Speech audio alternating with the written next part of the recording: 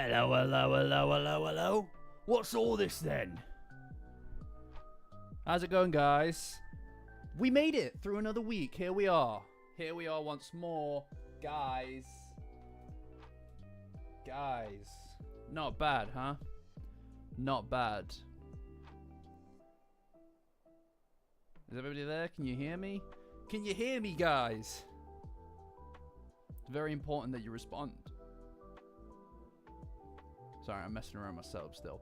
I am just all over the place today, gamers. All over the place. One sec. I tell you, white balancing, mess. I don't do it. What's going on, guys? What's going on? Everybody loud and clear. Very cool. Very cool. What's going on? Music isn't too loud, I presume. Well, afternoon, evening, it's all the same thing. What's going on, guys? Another episode. This is a good one. Like, they've all been very good, but this is an extra good one. Genuinely. I think this is my favorite one of the season. I just really enjoy it. Oh my god, Eric. Oh my god, Eric. Oh my god. I swear to God, like, it's always disarming, my friend. It's always disarming. Thank you, though. My lord. Oh my lord. I'm not even getting a heart attack before we even start. Good God. Good God. Yeah, no. One of the things that I'm seeing, guys, right? And obviously, this is how it's designed, and that's fine, right? And this doesn't mean that I didn't enjoy the movie. I loved it. God damn it. I liked it. God damn it. I loved it. Anyway. Lose my composure.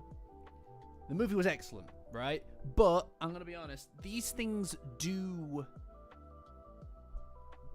work better in episode format, right? You know what I mean?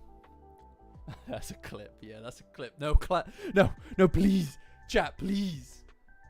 Don't clip that, chat. Don't clip that. Anyway. They do work better as episode format, right? Like breaking it off right at the end of the movie there. You know what I mean? Like, movies kind of have to have a beginning, middle, and end kind of thing. So ending it at the volcano in the film is, I don't think it works as well, right? Not to say I didn't enjoy it. I like I said, I loved it. It's just, I think that it works better in episode format, if that makes sense, because you're kind of expecting to not get the whole story. And I presume next week we've got a pretty big thing going on soon, right? Next week's going to be good, and it's going to be all new stuff, guys. I'm very excited for that. The stream's probably going to be even more excitable because of that, right? Hi everyone, what's going on, guys? Getting some more people. I can't believe you, Eric. You're crazy, by the way. What a guy. Yeah, no, next week's going to be good, guys. I can only presume that that's where the episode will end. I don't know. I'm very excited. Thanks, Eric, dude. Yeah, new elevator music. I was initially going to trial this out in a new video, but I feel like it might not match the cadence of the kind of the content in the same way that it would match the stream's kind of vibe. So I'm leaving it here. If it's too loud, let me know. All right, it's a lot more. Do you know what I mean? Yeah, next week is the episode. One of the two. I presume that there are going to be multiple episodes where we can consider it the episode, right? The one that I'm waiting for is the no. The one that I'm waiting for is maybe not next week. Maybe the week after. No spoilers. Yeah, of course. Yeah, no spoilers, kids. But yeah. The new video will about... No, it's not about the ED. It's not about the ED. Look, I can give you my review of the ED right now. It's excellent. I love it, but there's not really a lot to say outside of it's just really fun and really energetic and really enjoyable. It's not got the same storytelling potential that the OP does, right? Like, I wouldn't have done this for the first OP, I don't think. The second one was a story, so yeah, you can catch the ED in the Discord, guys. Patreon link in the description. Follow and join as a free member on my Patreon, and you get access to the Discord. It's all free. It's all easy. Let's go. It's really as easy as that. Yeah, no, Unknown, I catch you. There's no low key about it. It was just hype. It was just a great episode. Ain't nothing to be low key about. It was great. And we're gonna get into the specifics of it as we go. Right now, I'm just kind of feeling out the vibe of the episode. All right, Koga, no worries, dude. No worries. I'm just kind of feeling out the vibe of the episode. Specifically, where it ended is a lot more exciting now that I know I only have to wait a week versus 2 months. Yeah, and it looks like... Look, guys, the Cursed House arc is the best arc, in my opinion. And they're doing it justice. You know, I love this arc, even though it is a little bit more contained than some of the later stuff. A lot more contained than where we are now. I think that it's great, you know, and the way that it leads into the Evil Eye arc as well are all...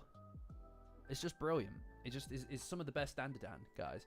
This is some of the best Dandadan that in my opinion, you can get. So we're in a kind of golden era, right?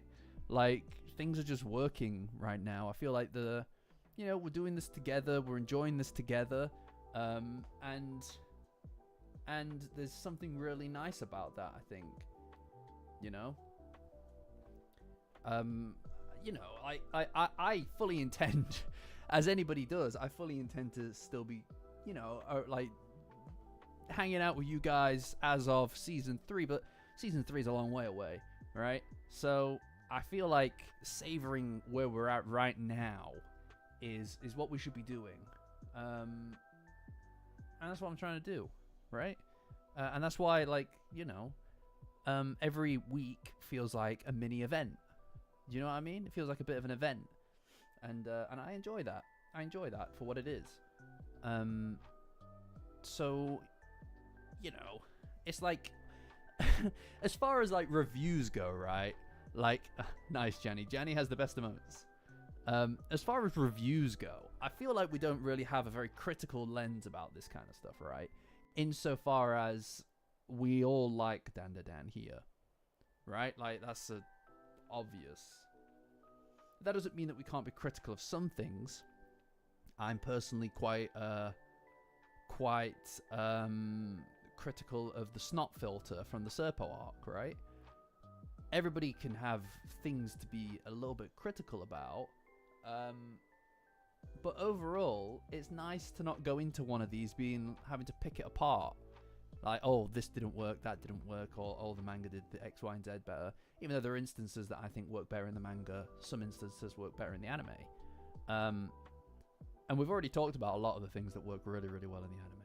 Specifically color, and this episode is an exemplar of what an adaptation should be, right? The color in between the, like, specific, it's not even just the Evil Eye versus Okarun, right? Which is obviously the main one, as like the main element of it, because you've got two very strong, powerful, contrasting colors, literally representing a kind of tug of war fight between two very strong, very overwhelming powers for not just as a physical manifestation of a conflict, like a physical conflict, but it's also about two different wills. You've got one side which is rooted firmly in despair, in unhope, in a desire to see all things burned and destroyed, without a single thing in the world that they care about, right? That's what it takes to be the evil eye. But on the other side of things, you've got Okarun, who maybe not a direct opposite, because what is a direct opposite of having nothing in the world to care about? It's not having everything in the world to care about, really, is it? It's having one thing that means all of that, that is more powerful than all of that.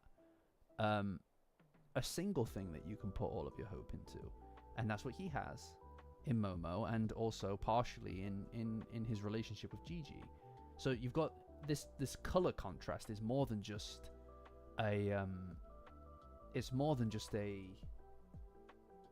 representation of their physical conflict, but also a representation of their two wills clashing against each other, with Okarun eventually winning, because what he feels is, at its heart, stronger, right?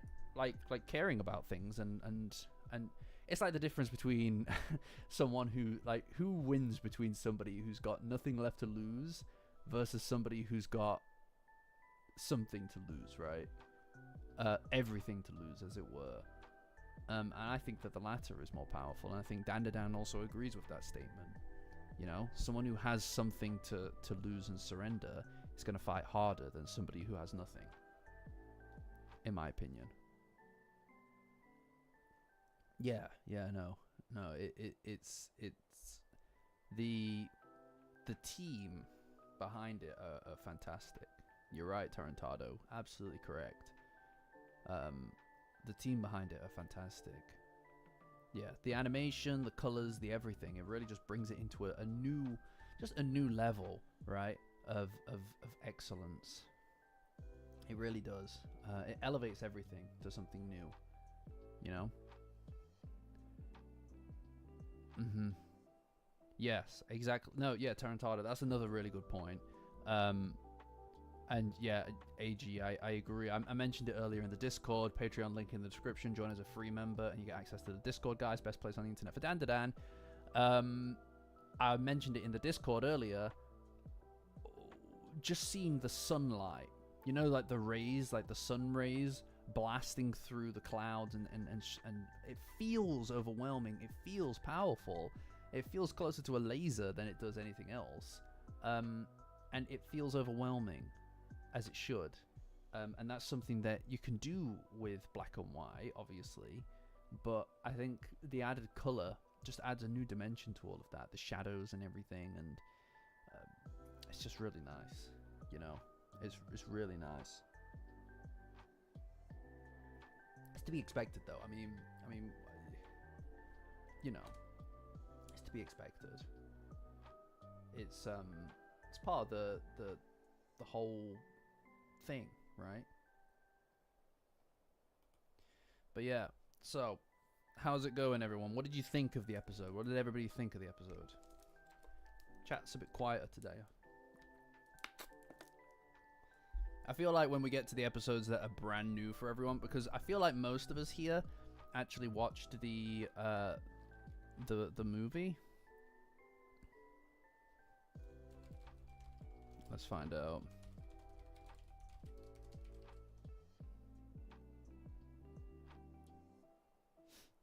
There you go. It felt very short, didn't it? It did feel very short. But I think that it's just kind of like, yeah. I suppose it's because it was all just fighting for the most part, right? It was very action based, you know? Yeah, that's a good point. They tend to do that though with Dandadan, I feel. They leave the intros until quite late into the episode, I feel. You know? Like, it feels like they do leave the intros quite late into the episodes. So it feels like it starts midway through, you know?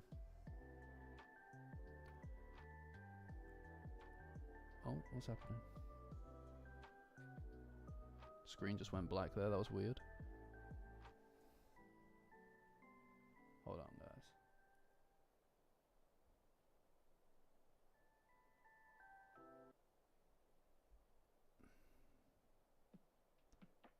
There we go. This feels more right, doesn't it? You know?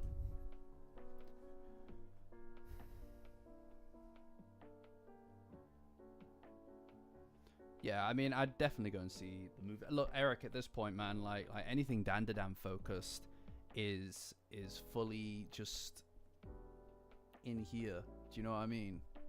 Like it's hard to get it out, right? Like it feels like it's buried quite deeply into my brain, burrowed in as it were, you know. So I definitely would. I mean,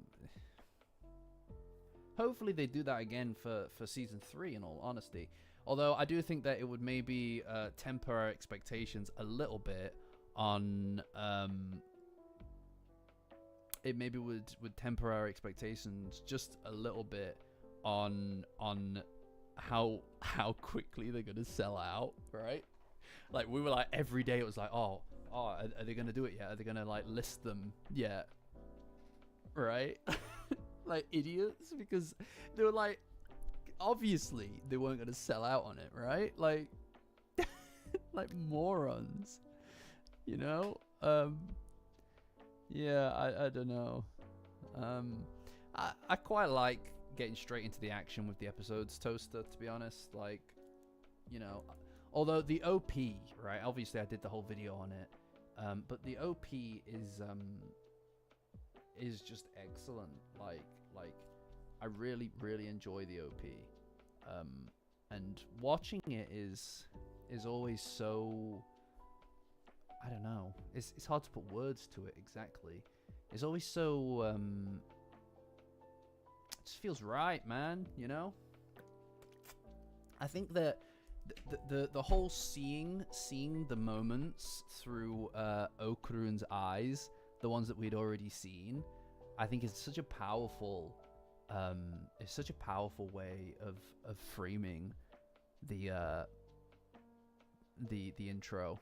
You know, I think there's such a powerful way of doing it, because it really does put us in his position, and it's really cool to be able to see things from his perspective. You know, those are the moments that matter to him the most, you know? Yeah. Also, it's just like, it's also a joy. It's like, I don't feel like we need to skip it. The benefit of putting something right at the beginning is that it's easy to skip. I don't want to skip it, so it doesn't feel like I need to. So excited for season 3. Oh my god, we're not even close to season 3. We've still got season 2. What do you mean you're excited for season 3? We're not even close. Let's not get ahead of ourselves, guys. I think that season 2 is going to be the one. I think season 2 is the one. Look, I mean, if they do a season 3 and all of this season is really well received, then you'd expect a bigger budget, right? But I don't know. This is like my favorite stuff. I think people are going to be more annoyed with season 3 than they are season 2, because of the fact that obviously the space globalist stuff, Okarun and Momo are pretty much not together for the majority of it. And I think that's going to upset people. You know, let's just live in what we've currently got. Let's not get greedy. All right, this is like the perfect time period right now. I don't know, like I don't know that I want to start skipping ahead with stuff, guys, you know?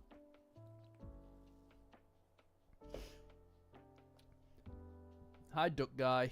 I think that they'll end it on the kiss.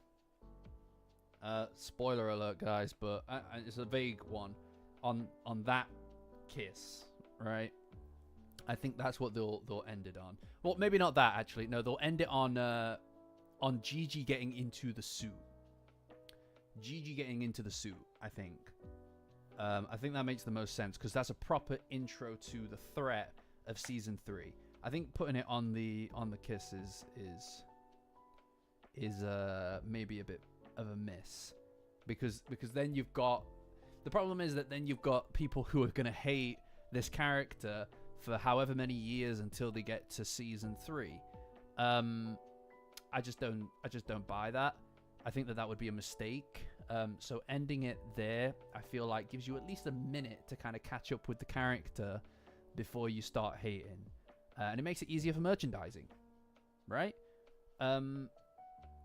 And yeah, I think that the proper like cliffhanger there is not the kiss. It's the suit and seeing the threat that's coming. I think that's the kicker, right? That's the thing that you're looking for. So I think that everything outside of that is maybe a mistake. So that's where I think it's going to end.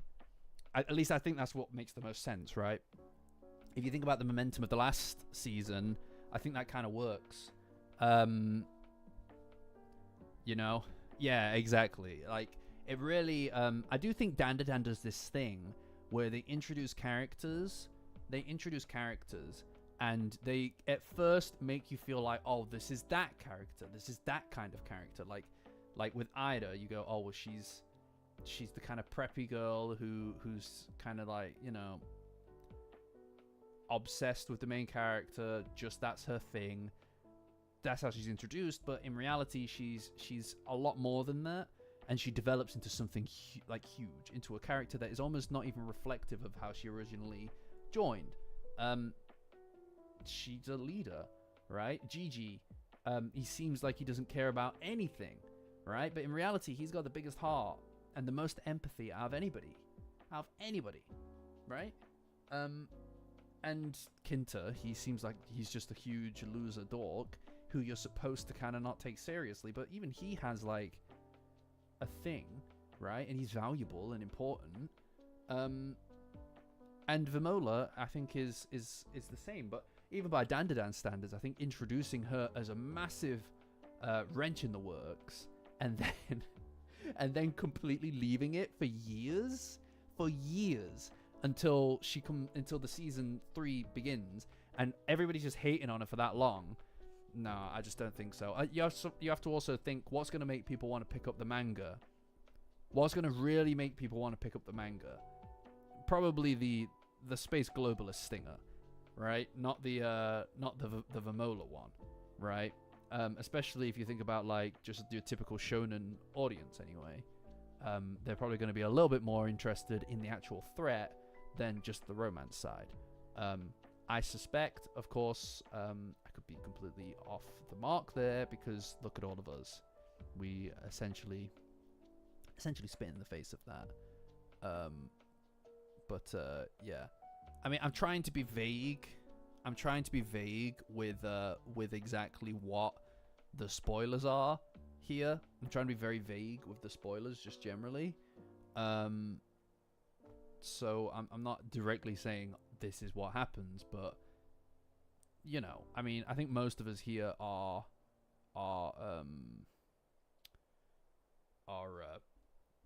you know, manga readers.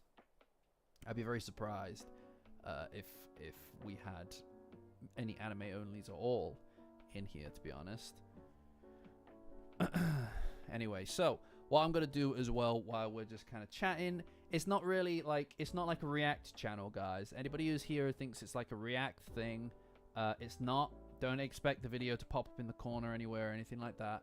What I'm gonna do is I'm just gonna kind of like, on my screens, right, I'm just gonna go through the episode in a general kind of like loose pace, and just use it as a way to prompt talking points, right? It's not that I don't want you guys to see it. You're welcome to watch it yourselves. It's just that you know, copyright and all that. Support the studios. Support the studio. You know, in any way that you can, guys. Buy the Blu-rays, buy the merchandise, whatever. You know, if you want another season of Dandadan, that's the way to do it. Yeah, I mean, we'll see where the season ends, right? But I think they all end where I think. Yeah, I also I absolutely adore just the flashing lights at the beginning. Like, purple and red really go so nicely together. I remember reading, or it might have been in the interview at the end of the film, when the directors are talking about the colors selection and stuff, and it was like incidental that red and purple work together so well. I was just incredibly fascinated by that, because I could have swore, like, you'd swear that it was an intentional decision, wouldn't you? But there is something there is obviously, like, red is the color here that is more of an accenting color, the contrasting color, right? Where the purple is almost completely dominant in the scene, which shows, I suppose, the overwhelming threat of the evil eye, right? Because in those previous episodes, before the evil eye was introduced, it was the yellow color that pretty much absorbed the whole scene, because the threat, the overwhelming force in the scene was the Tsushinoko, the Mongolian deathworm, the Kuragari, and it was the yellow that really took over the scene, which shows it as a dominating force, right? The domineering force. And in the now that the evil eye's here, you can tell, because when it basically kicks the crap out of the worm, the scene pivots to purple. Now he is the dominating force, but in both of these situations, Okarun is almost powerless, right? He is the underdog. He's the underdog, which is why the red is the contrasting element here. It's the accenting color. It is the thing that pierces through just barely, which speaks to the fact that there's a flicker in there. There's a flame. There's a hope that he can win. And that's why it's so vibrant. But he is definitely not the domineering force. Like, everything has an almost purple hue to it. Even his trousers, which are black, have a kind of bluish hue, a purplish hue, because of how overwhelming the color is, right? Yeah, I know they nearly went with white, by the way. That would have been a huge mistake. That would have been a huge mistake. I think purple was the obvious choice, personally. You know? Yeah, I mean, let's maybe not use that kind of terminology in the chat. Alright, let's keep things above board. But yeah, they almost went with white. Yeah. No, it was a good interview. I don't know if they are gonna actually put out the interview anywhere. I don't know if they did with the season 1 first encounter interview that they had at the end, but I don't know.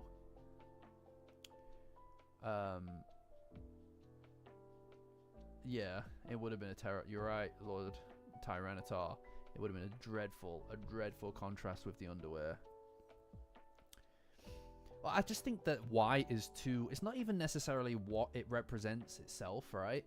But it just feels like white is so dull. It's just dull. It doesn't contrast.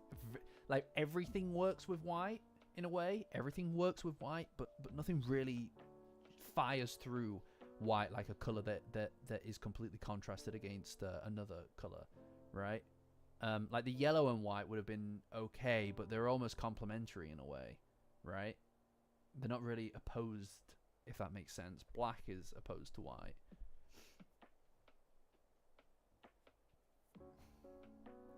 Yeah, I don't. They put it on the Blu-ray. I need to purchase the Blu-rays at this point. Like genuinely, I just need to do it. Yeah. Yeah, well, Okarun's white and red work together really well, but almost like they complement each other rather than look like conflict, if that makes sense. I feel like white and red don't feel like they're in conflict with each other quite in the same way. That red and purple are, right? Because it doesn't feel like they can. It feels like one of them needs to muscle in on the other one's territory. Just like how you had to buy those shelves. I bought shelves. I got a bookcase. I got 2 bookcases. What are you talking about? What's your problem? I know. It's crazy. The UK gets screwed on this stuff. Like, we're always a volume behind. You know? Yeah. But also, it's great, like just the kind of like there's a like the kinetic energy that you can actually get from the scenes now that they're actually a moving picture versus just panels on a frame, I think is just really interesting, right? And as they get further away, interestingly, and this is what I was saying before, right? And I feel like I'm a broken record when it comes to this kind of thing, but it's the fact that it's not just the lighting and the color that is absorbing the scene necessarily. It's the fact that it exists in the space of the scene as well, right? Like it's part of the diegetic kind of like elements of the scene, like the mise-en-scène kind of thing. So it's coming from a specific source, which makes it feel very natural, and it also lets us know where our characters are in relation to the overwhelming threat, right? Because when they start to escape from the evil eye, they escape from that color, from the purple, and move into the yellow kind of color in the scene, because obviously the Kurogari is still the threat here, right? Like it's spewing the poison, and this is its domain, but they are away from the evil eye, and it's just that way of showing us exactly whose territory they're in, right? So we know who the threat is in each scene, and that corresponds with what's happening in the scene as well, right? Which shows how on top of this they are. I don't know how much they thought about it versus the fact that it just was naturally something that worked for them. It looks great. It feels natural. It feels intentional, even if it's not, right? And that's the point. And that's what makes something great, I think, is that it doesn't necessarily need to be intentional. And they do a scan, like kind of like a upward pan from the underground section up into the escape hatch, right? Which is a big bright white light at the end of a very long tunnel, purple, then yellow, then just this white salvation, which lets us know exactly what the target is, right? Right? It's brilliant. I know, I love them running up the staircase together. But this is it, like I think that the bits between the panels in the manga are the best parts that it can add, right? In a lot of ways. I think in a lot of ways, the panels, the still frames, right? The still frames, I think, you can't beat the manga on, right? Like when they hold hands in this instant, I don't think that it does it better necessarily than the manga. I think that it's understated. I think it's understated intentionally, but I don't think that they do it better than the manga does. I think that the still frames in the manga have just so much more nuance and detail than they do in the anime. And that's not to the anime's discredit or disservice. The anime is excellent, and it has to move all the time. Also, the artwork is like top tier stuff, right? It's like not being able to do as good a job in replicating the Mona Lisa kind of thing, right? It's brilliant, but those still frames I don't think are as impactful. But all the moments between the frames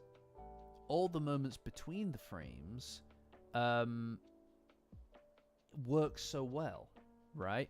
Like being able to see the poison in the air, like pollen, or or like rose petals, I suppose, is something that you can't do in the same capacity in the manga, right? And it it was actually really interesting here as well. Tuma, yeah, no, I hear you. I mean, like I love them both in such different ways. Yeah, Tuma, the end of Evangelion is crazy. Or is that no, I think that you're referring to the films. I didn't watch those. Yeah, no, Old Toaster, I agree. And in both of those instances, with both of those colors, red feels like a kind of like contrasting force with all three of them, right? Oftentimes I'll use them in things like the thumbnails because of that. It's just a really nice trifecta of colors that work together really well. But when Okarun is discussing the weakness of the eye and trying to get Momo out, it goes into that silly that silly kind of like over the top energy Dandadan music from season 1. I don't remember the name of the track, but that is so short-lived. Like, it goes there for a second, and I feel like that's intentional as well. I don't recall the name of the track, but when he's discussing the Mongolian deathworm and talking about the ultraviolet light and how it will kill the bacteria inside of it, it goes into that really high energy Dandadan kind of like you know, we're explaining something music. Code DDD, right? Thank you, Tuma. But it like dissipates like that, right? Because there's a gravity to the scene. There's a gravity to the situation that's not like the previous situations, right? All the previous situations, arcs, it's felt like there's a way out, or that the stakes are within the scope of this silliness, of this Dandadan silliness, right? This doesn't feel like that. And it dissipates, and it disappears very quickly because it feels like... No worries, Eric. Thank you for the donation, dude. I appreciate you. Catch you in the Discord. By the way, guys, Discord, Patreon link in the description. Join as a free member, guys. That's free. And then you can join the Discord. Best place on the internet for Dandadan. I highly advise it. We've picked up quite a few new members over the past couple of weeks, and it's been exhilarating. It's been great to get to know all of you, guys. Anyway, like I was saying, the music is very short-lived. It's almost over before it starts because it feels like we are in a situation that's almost unprecedented in a way. And the stakes are high. This is a life or death situation, and the threat that they face is overwhelming. And it disappears, and we quickly pivot into this important emotional scene of Okarun basically saying that she needs to go on ahead, right? And so much of their situations, their conflicts, the resolution of conflicts that they've been in have been through a combination of their abilities together.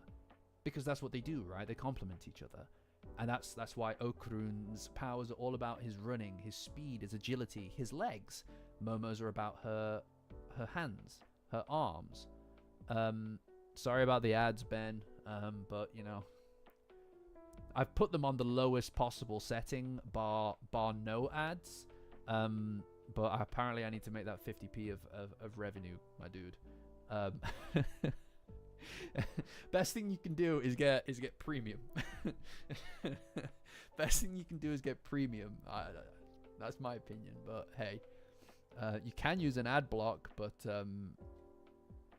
bit shitty in my opinion. Anyway, what was I saying? Yeah, so they complement each other. Yeah, I know. I could get a McFlurry with those. I could get half a McFlurry with that ad revenue. Anyway, we're missing the point.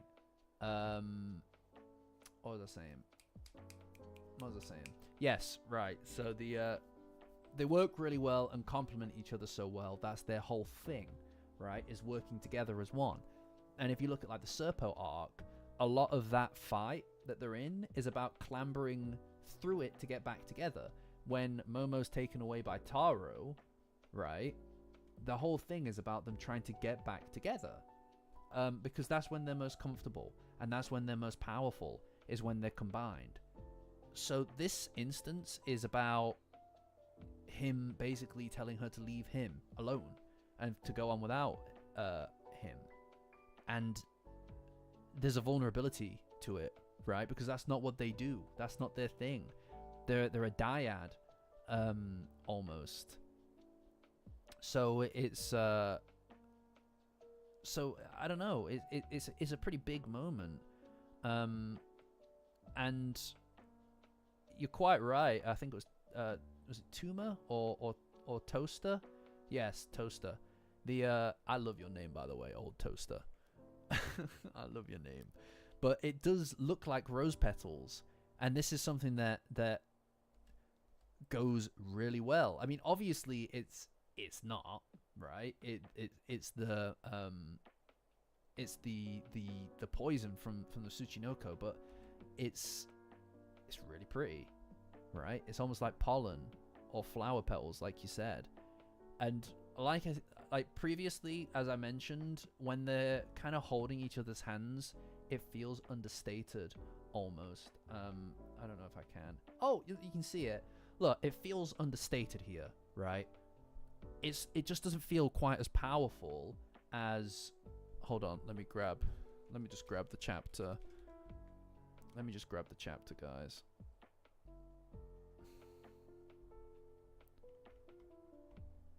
Let me just grab the chapter. I think it's like, I feel like it's 43. Or is it 40? It's 42.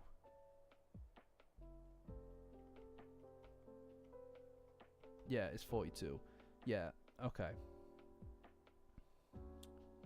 Right. So, look, see here, this doesn't feel, this feels a bit more like something, right? Like this still frame is, I feel, more powerful than what we got here, right? And I understand that they have a slightly different style to them, but I do think, right? I do think that there is an element here. I do think that there is an element here of intentionally understating this moment in order to add more weight to the later stuff, which we'll see, right? That, at least I think that makes a lot of sense to me, because they can't all be as powerful as each other, really, and we're getting to them quicker. If we're getting to them way quicker in the anime than we would have been in the manga, right? Because presumably between this and the back of the car scene, there's like a month, maybe 2 months difference, right? And then from the stuff that they have after the maid scene, like the restaurant scene, the maid cafe scene, that's months away for the people who are reading the manga week on week, right? So each of those moments hits like a shotgun. Here for us, we're talking like the difference of a week between each of those moments, like 2 weeks and we've got the whole thing, right? Or 3 weeks and we've got the whole thing. I suspect that by understating this scene just a little bit, it can add a bit more weight to the ones that come afterward. This is just the boundary crossing, I feel. This is just the first step of it, and it means something because it's there's a physical kind of contact there, but it's not the same as what it would have needed to be here, which is going to have to tide people over for months and months and months, right? Yeah. So I don't know. It's nice. Like all the stuff around it is really pretty, right? In a way that they can't do here. Like the fact that everything around them is decaying and falling apart, and this is so pure and so earnest and so honest and very emotional. It just feels, it just feels right. Like the world is crumbling around them almost, and they still power through because of this moment, this shared little bit of contact and inspiration to push forward. Like it wraps up so many different things inside of it. It's this idea that there's a lot that's been unsaid and a lot that's still to come, and this is like an inspiration for that coming into existence, and it's the thing that helps him overcome the evil eye, right? Because that's what he's fighting for, I mean, look, a lot of my thoughts and stuff are tricky to express. They're tricky to express in this format. I like this format of us being able to chat, guys, because I like being able to connect with you guys and chat with you guys on the go. It's very engaging for me. It's very enjoyable. But the analyses element is slightly less refined than what you're going to find in a video, because I can sit and obsess over each and every sentence until it perfectly expresses what I want it to express, right? Here it's the opposite. I can't do that at all, and it's only until later on that I'm able to figure out how I would have said it. That said, guys, I've got a lot of ideas kicking about, and this is a really good way of getting that out there, and trying to figure out what sticks. I've got a couple of ideas for content coming up soon. One of them is in the script writing stage. I'm hoping to get it into production on Saturday, or even, so Saturday, for ideally release at the beginning of next week or Sunday. I think you'll like it. I hope you'll like it. And then I've got another idea that I'm wanting to put into production for the week after, and then that would be released the week after that. So the following 2 weeks. Like, I can't put out content as quickly as some other creators can. I just can't do it. But I hope that that's okay, and I hope that you guys understand that. It's like, I don't release something unless it feels like it's ready. I don't release something unless I feel like it's ready. But I also want to keep up. The momentum as well, right? So, yeah. Thanks, Toaster. I appreciate that. And thank you, Blissy, as well. It's very generous. You're all very generous.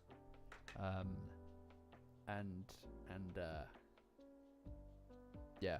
Look, I try not to get obsessed with the minutia and the details of stuff like numbers and whatnot, but it gets in here at times. But anyway. Thanks, Ben. I appreciate that. No, guys, I appreciate all of it. I'm just letting you guys know that I am working on stuff, so that we can ride the Dandadan wave, right? It's just getting it all done is so hard. Getting it all done is just so hard. Get it, king. Get it, queen. Slay, girl. Anyway, so they hold hands. And it's really cute, obviously. And you know what? This is the thanks, guys.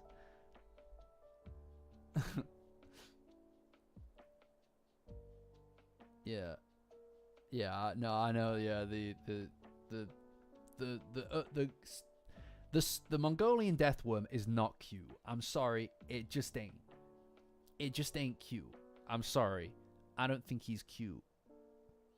But after they hold hands, right? After they hold hands, and again, worth acknowledging that Momo initiates it, right? Despite the fact that he's all like ready to fight for his love, he still doesn't have. And this lines up with the OP, right? With the OP's lyrics, with the on the way the lyrics to it, right? He doesn't have the guts to hold her hand. And every single time that we see that in the series, it's not him. It's her. Right? Despite the fact that he's ready to fight, and he is ready to fight, as we see here, right? I mean, like I think the most powerful thing, thank you, Leviathan. I appreciate that. That's very generous of you. I'm just glad that people connect with the videos. It genuinely, I don't want to overstate it, but I can't understate it. It is genuinely the privilege of my life to be able to connect with so many people. It's remarkable. It's a remarkable thing. It's indescribable. There aren't words that can conceptualize. I can't package the idea well enough in my mind. It is impossible for me to package the idea into words sufficiently for you to then receive those words and know what I mean. I can't explain it. There aren't any words that adequately can convey the idea to you of what it's like. But it's remarkable. It's remarkable because it makes you feel I don't know. It's not even just seen or heard. It's like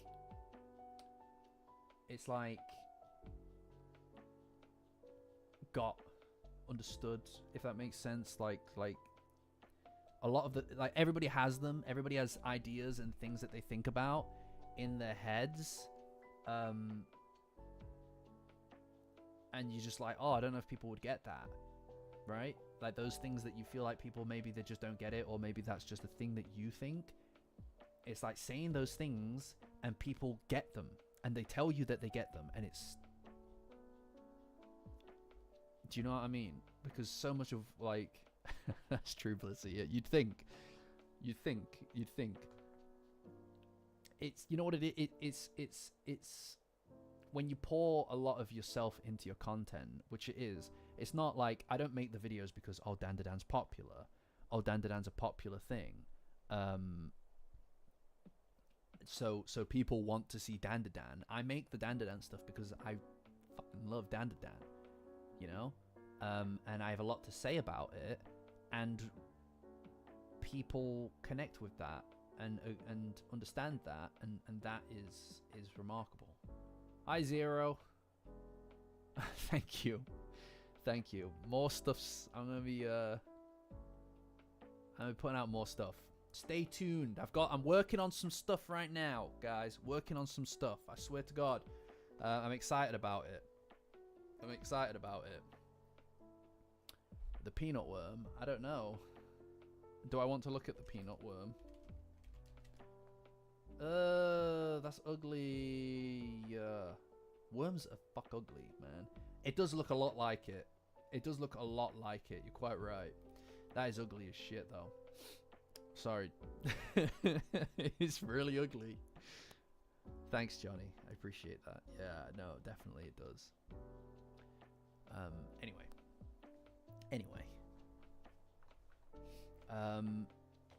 You're going to, you keep sidetracking me, getting me to talk about feelings and junk, right? Oh my God. Oh my God, Zero. Holy crap, dude. Thank you. That's amazing. That is incredible. I don't know if you're in the Discord, Zero. I don't know if you're in the Discord, dude. Patreon link in the description. You can join as a free member on my Patreon, and that'll get you access to the Discord, my dude. That'll get you access to the Discord. We talk about Dandadan. Best place on the internet for Dandadan, so I've been told. Oh my God. Now I'm distracted. Now I've got a... I never know what to do in these situations. Thank you, Zero. But I would love to see you there, dude. It's the kindest people you're ever going to meet. And every week we have like a whole Dandadan thing. It's great. But thank you. I can't... words can't express. Thank you. It means a lot to me. It genuinely means a lot to me. So, thank you. Oh my God. Anyway, I'm going to go red. Yes, join the Discord. And that goes for everybody. Join the Discord. What was I saying? I was talking about something. It's gone. Anyway, yes, the episode. So, one of the things that I love about the anime adaptation here is that there are those moments of kineticism that you can't get from just looking at something. You can imagine them and how the scene would go, but you can't see it in the same way, right? Oh yeah, that's a good point, Blissy. Sarah, one of our earliest members on the Discord, did a whole breakdown of the Mongolian death worm. She is so smart. She's incredibly smart, and she knows everything. She probably already knows everything about you, but she did a whole thing on the death worm, on the Mongolian death worm. Incredibly smart, and it's great. It's really good. You should sit down and read it, genuinely. Anyway, it's the bits in between the frames, right? The bits in between the frames are the most interesting part, in my opinion. So when they hold hands here, there's, after the main kind of like frame that I just showed you, there's like a tug almost, right? Like a reassurance And that's what it is. Like she pulls his hand ever so slightly closer, and this is a subtlety that isn't necessarily conveyed in the manga, because they can't do that in the same kind of way. That very gentle, kinetic kind of energy. Awesome, Zero. That would be fantastic.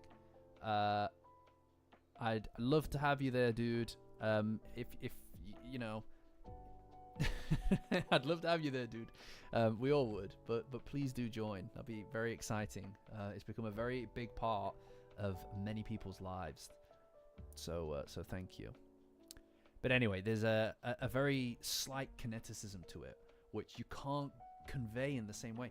Look, frankly, the fact that in the back of the car, the back of the car scene with in the manga, they do convey that ever so slightly but you almost need to imagine it to make it so, right? Like when you watch or read that part of the manga, they are still frames, but they're almost moving because of the fact that you're so engrossed in the moment. You're so engrossed in the moment that your mind is almost dancing with it, right? And you're reading it, and you're watching it, and you're imagining it all in one go, and it's like a feeling. It's like a color in a way. You can't really just sit there and just glance at it and capture the essence of what it is. You need to be engrossed in the moment to really understand the moment. And in reading that, it feels like you're watching the shade of something, right? It's again, it's hard to put it into words exactly. I don't feel that way when they hold hands the first time here in the manga, because they don't have that ever so slight nuance in the movements. It's very heartwarming, it's very sweet, and it's very powerful, right? Because it's a very strong assurance or inspiration or a reassurance that they are going to push through this together, right? And it's very powerful, but it doesn't have that nuance. This lends a little bit of nuance to the scene. So whilst the frames themselves I don't think are more powerful than the manga, I don't think they are, seeing that slight almost intonation here, like just a slight pull, it says a lot to it. It's subtle in a way that the manga isn't necessarily. In this one instance, that is. Right? Like, it makes it feel like it is an inspiration, a reassurance, a kind of like a I don't know how to describe it exactly. It just feels like it is goading them to kind of see what is here because this is the thing, right? This is the thing, the moment that it could be the last one, right?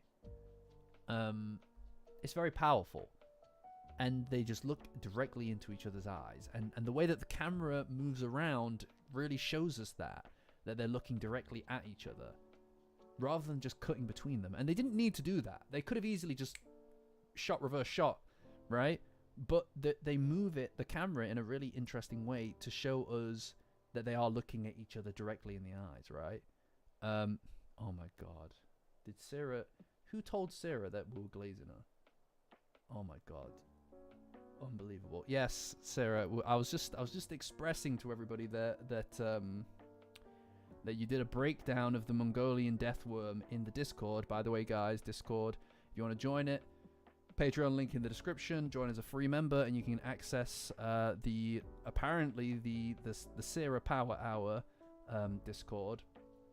But I was just expressing that you did a breakdown on the Mongolian death worm, and that you're very, very smart. That you have a lot of very interesting knowledge on every single person apparently in this chat. Somehow you know these things, but also you're very clever, and it's a pleasure having you on the Discord. That's it. That's my point. That's what I was saying. We don't need to linger on it any longer than that. Let's just move on. Anyway. Sarah's on Rookie Discord. No, no. I draw the line. I draw the line there. Thank you. Anyway, also, goddamn, this is something else, right? I don't know how I haven't even mentioned it yet. Right? The transformations. Okarun's transformations in this episode are crazy, by the way. They're so good. They're so goddamn good. Like, it's not just the fact that the animation is smooth and it looks great, as it always does, but it's the fact that they went out of their way to do it midline, right? So obviously there's an element of they change up the performances and they add a variety of different effects, audio effects to the voiceover. But they clearly did not have to make it so that he speaks while he's transforming, because these things happen as mid-transformation. The voice just changes. Once when he's running away from the evil eye, they get to the top of the staircase thing, and he transforms back to Okarun. His voice changes back to Okarun's as well. Now, that's not just an effect, that's the voice actor mid-line, mid-sentence, changing the intonation to be a different character, essentially, or a different version of the character. That's so cool. I haven't listened to the dub version yet, but I imagine it's great because all the dub for this is fantastic. Right, I haven't watched the dub for this yet, but the dub for this series is so good. Yeah, he does it as well when he faints. Yeah. But he does it here as well, and it's just like, it's so cool. It's so cool. It looks great, and it sounds great, and it lends just an extra bit of not just style, which it is. Like, this series is stylish, right? It looks goddamn good, and I don't just mean the animation. I don't just mean the colors. I mean everything about it just looks good, right? The design of everything looks good. You know what I mean? Hi Lucy. Good to catch. I don't think I don't think you've spoke yet. So hello. Oh, Scaly B. I don't think I've seen you in this chat either. Good to see you. It's always great to see people coming back, by the way. It's always great to see people coming back to the stream. It makes me really happy. My overall goal, guys, is to remember each and every one of you to the best of my ability. It's just that as we start and collect more and more people, it gets harder and harder. But I think I've got everybody up here still. I think I've forgotten a lot of the times tables. But you know, I have a calculator. I don't need that. But yes, it's very pleasant to see you all here again. You know, it's great to catch up together, guys. We can keep doing this. Anyway, yeah, no, there's definitely some degree of audio editing. Of course, but there is also a change in the way that they perform, which I think is really a testament to the fact that they've got great actors on this, right? They've got really good actors on this. The bar these days for voice acting is pretty high, just generally, I think. So it's not really something that's like outlandish. It's not just Dandadan that does that, but everybody feels like how I envision them in the manga, right? Like, I can hear them talking almost when you're reading it, right? Like, because that's how influential these performances are. They feel just like these are the right characters. It feels like this isn't a different version of them, like you can get in so many different things. No worries, Skelly B. You know, always say hi if you feel the inclination to. It's always great to know that you're watching, but you are welcome to lurk. You are welcome to lurk, of course. I am typically a lurker myself, so I don't tend to jump in and comment either. But you know, always say hi if you have the inclination. It's always a pleasure to see that you're here. Yeah, no, Toaster. Yeah, you get it. old toaster gets it, everybody. You know? Right. Support, you just wanted to use the word cromulent. I'm on to you. Anyway, we are literally 3 minutes into the video here, into the episode. Alright, so I need to make some moves. I need to make some moves or we're going to be here all night. We're going to be here all night, goddamn. Danny, are you looking? Oh, yes. Right, okay. So when Momo is... And this is what I mean, by the way, right? This is what I mean when I'm talking about the... the bits in between the panels that work so well, right? So obviously the multi-rocket escape in the manga, it's like across 2, maybe 3 pages and it's done, right? And that's fine. That's fine. But the bits in between, all the little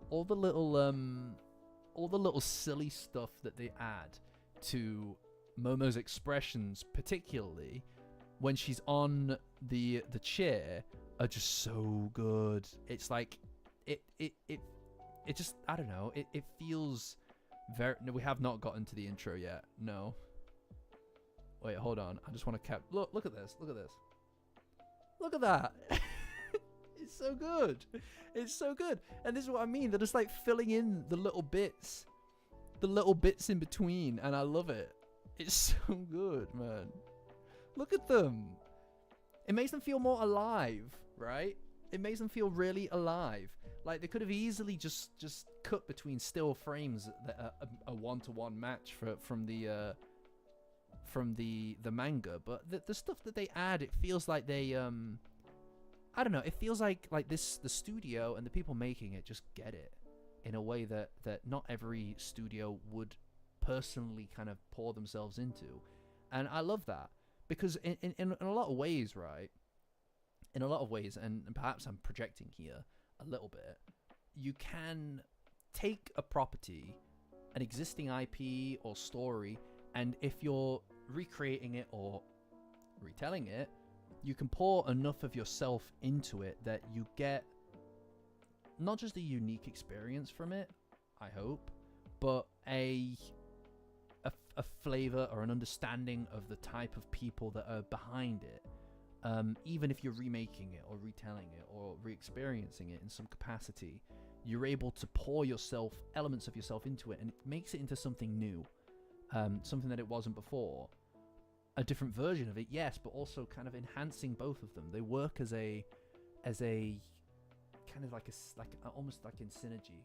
Like they just work together and complement each other in a unique way. At least I think so. So seeing this in this version, it enhanced, like going back to the manga feels more like something, because you get to experience the best bits of both, right? And they're both as valid as each other. But yeah. So seeing these little bits, these moments is just really satisfying. And I do love that they actually do include the frames from the manga as well, right? Like when they fire off into the air, they go back to that silly style of like the really rounded eyes and the silly eyelashes, like just the few eyelashes kind of thing. That, like, you know what I mean? So you get everything that you want to get. It's just great. Yeah, I know. That's yeah. The multi-stage rocket thing is so Okarun, isn't it? Right? Of course, you just know that he's thought about how to build one so he can meet aliens or something like that. This whole moment is great. It's so good. I mean, they fire off the chair. They've got the exact same like moments in it as well. I don't know. It just looks so good. It's so good. It's perfect. It is a perfect adaptation. Really, it is. It just feels like Dandadan. We are blessed. This is as blessed as it gets, guys. I know that the world's a nightmare, right? I don't want to linger on that. I know the world's a nightmare, especially right now. But goddamn, we've got this. That's one thing. So let's just take that as a win, okay? Like every single day I wake up Every single day I wake up and it's some new nightmare that I have to be exposed to. I'll just wake up, I'll look at my phone, I'll be like, oh, okay, I guess that's happening now. But I could just jump onto the Discord, Patreon link in the description, join as a free member, you get access to the Discord. But at least I could just jump on the Discord and have this little space, man, of just like this thing that I love. And everybody else there loves it as well, and we can all just enjoy it. That's it. That's all I want. All I want is this reverberated throughout my life. It's so much to ask.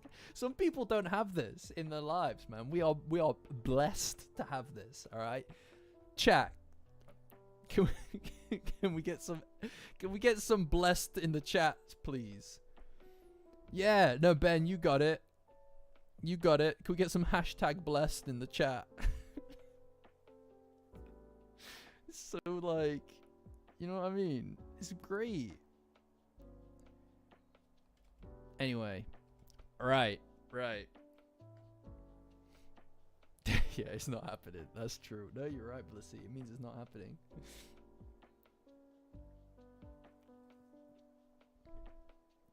Amazing, Zero. Oh yeah, I see you. I see you. Give you a little wave, buddy. Thanks for joining, my dude. Thanks for joining. It is a pleasure. It's a pleasure to have you there, my man. Genuinely, if you use Discord, you'll enjoy this place, because everybody there is almost too kind. Sorry, my mouse is running out of charge. It's almost too kind, to the point where it makes you feel like it's some kind of cult. It's not. It's not. We're blessed, Dan. Yeah, quite right. Yeah. Yes, Charlie, you're quite right. Yeah, you're quite right. It's very pleasant there, guys. It's very pleasant. Patreon link in the description. Anyway, so, old toaster. Oh, what do you think, would you? It's just different. No, it's just different. It's just different. By the way, we're starting a town in the hills. You're welcome to move there, guys. Anyway, like I said before, right? So you obviously have the yellow surrounding, right? Okay. Yeah, you'll get your cookies. Just don't think too hard on it, and you'll get another rookie cookie, right? So obviously it's all that color. It's all the yellowy color, right? Because the threat is, at least at this point, it feels like it's the fact that they're in the Tsuchinoko lair. Okay, and right. We'll get to Civ 6. We'll get to Civ 6, right? But then obviously it changes to purple, see?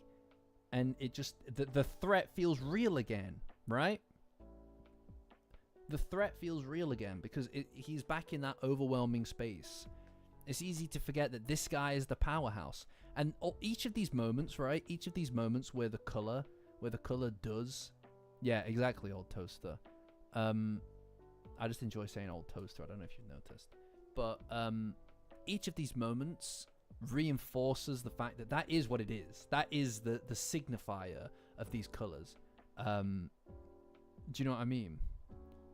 Yeah, no. Brand is the employee of the week until Monday. I wanted to make sure he had a full week, and then I'd restart it on Monday. So everybody from Monday onward is 1 week, right?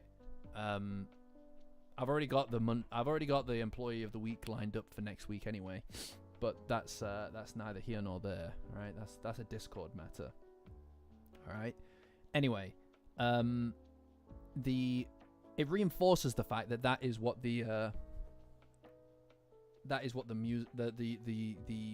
color is supposed to represent and reflect. The fact that they use it constantly to showcase the dominant force in the room, right? And again, this transition for Okarun, where he swaps into his yokai form, it's just so smooth. It looks so great. I know it was in the trailer, so it's like easy to forget about it, but there's a reason.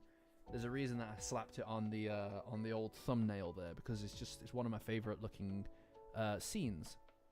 Meanwhile, up in the normal world, Momo is just in like the house again. I do part of me feels like maybe the colors are a bit deeper. I don't know why. I might be imagining it. But I feel like her hair looks more brown. And I don't know whether or not that's because I'm seeing it outside of the purple filter. Like outside of that color. But it feels like the colors look weirdly darker on her. Like her hair looks more brown than usual. I don't know. Maybe I'm imagining it. That kills me. You see where she throws the rope down and it's too short? That fucking kills me. I love that. It's funny in the manga and it's goddamn funny here as well. It's not even near long enough. It's not even close to being long enough. I love the way that she's such a quick thinker as well. Like, this is another thing about Momo that I think is so fantastic, is she's a very quick thinker. You know, she reacts really well to these high pressure situations. Well, I hear you, Tarantado, but she is inside of the house and there's just lighting. Like, there's just normal lights. Lights in the house don't really, you know what I mean? Again, I think I'm just comparing it against where she was at downstairs, like now that it's in natural lighting. I don't know. I'd need to compare them later. But she gets a lot of time to shine in this. Yeah, her indestructible jacket. That goddamn jacket, by the way. By the way, everybody, if you're not a manga or caught up to the manga, keep note of that jacket. Keep that jacket in your mind because it is relevant later on. It just never goes anywhere. Like, it is relevant to the most minor plot point you can imagine later on. But anyway, yeah, she gets a lot of time to shine in this episode. In fact, Momo gets a lot of time to shine in this entire arc, right? And in the same way that Tatsu redraws Momo literally as a constant thing to make sure that she looks the best that she could possibly look in every single scene, I feel like they've done the exact same thing, right? I feel like every single it feels like every single time that Momo is in the frame, they've drew her to look like really, really good, like to look just like a perfect character, right? They do their best work to make her look good. Like, even just the way that the light glistens off of her eyes when looking at the house and stuff. I just think that they put a lot of attention to detail in that. Probably because they know that it's Tatsu's favorite character. And here we are, 6 minutes in, by the way. 6 minutes in, and then the intro hits, right? The intro that is just wonderful. Like, it is so good. This, I'll show you, right? This bit here, unbeatable. This is unbeatable. This is like as good as it gets. I love this frame. It's so good. What a great framing device. This whole OP is so wonderful. I don't know why people are so kind of like feel like they need to compare it to the first one so much. I understand, like, I prefer Otonoke over over On the Way. I do. I think it's a better song, but that doesn't necessarily mean that it doesn't mean you made it to the intro. Yeah, I made it to the intro, guys. But that doesn't mean that it's completely overwrites this one's capacity to also be excellent, right? They're completely different, funnily enough. This one tells a story in the way that the first one doesn't, and I love that. I just love that. I think that they're both amazing. Also, you get to see the car scene in it. Look at it, guys. We're like, what, 2 weeks away?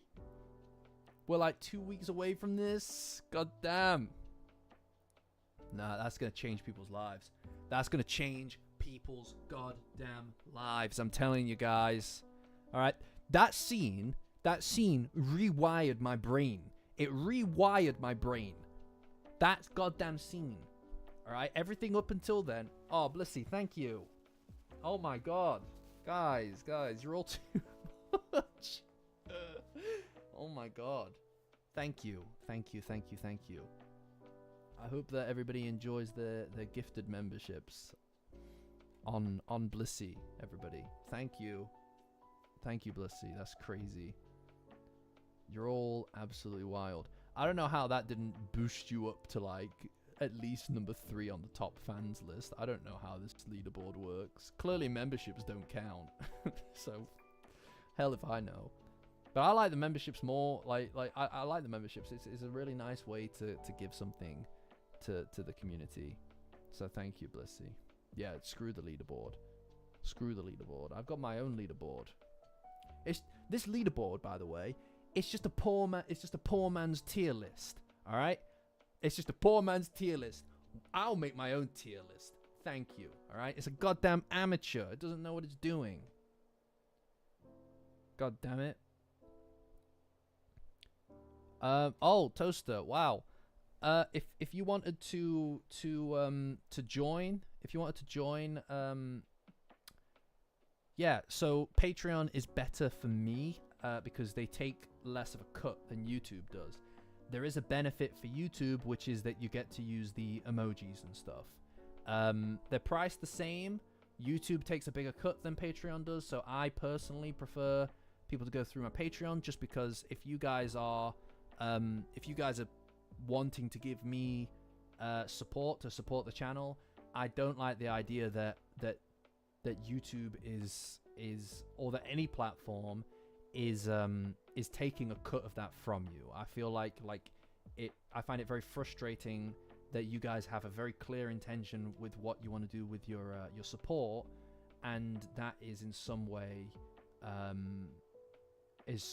stopped or diminished by a platform wanting a larger cut. That really annoys me. It just so happens that aligns with my own monetary interests. I don't intend it to. I genuinely mean it when I say that it frustrates me that you guys don't get the degree of transparency on that you should be allowed, if that makes sense. But yes, Patreon is better for me. Thank you. I genuinely appreciate it. It's always optional, guys, but every single one of you that has done anything to support the channel in any way, it means so much to me. I cannot express it. I cannot express it enough. Yes, right. So, the car scene, which we'll get very soon, rewired my brain chemistry, right? That was the moment that I was in. And that was the moment that I was just like, right, it's something. This series is something else, right? And it clearly worked on a lot of other people as well. It clearly changed a lot of other people's perspectives on the series as well. And it's something. It's really something. It's really something. But anyway, yeah, the OP is great. I'd skip it, but I enjoy watching it. You know, and I love that the running through the color duos, and again, this is all in the video, guys, but running through the color duos, it feels like the past, which is the red and blue, the Serpo versus Okarun, the present, which is the Tsuchinoko versus Evil Eye, the purple and the yellow, and then the future, which is the green and pink. It gives us this kind of breadth of the journey that we're about to see and that we're taking part in. And that's really wonderful. And I hope that I've read it correctly in that capacity. You know, I'd from a purely kind of like curiosity scene perspective, I would love to be able to discuss some of these things with the director in any capacity, because I'd love to know what I'm missing. There's got to be stuff in here that I've just not caught onto. I like something as detailed as this surely every single frame has to have intentionality in it. And I'd love to know more about whether I missed the mark on stuff, or whether or not there's stuff that's missing from the analysis that I did. But that's a dream, isn't it? Anyway, we're on the bit where they're running, where Okarun's running away from the ball of despair, right?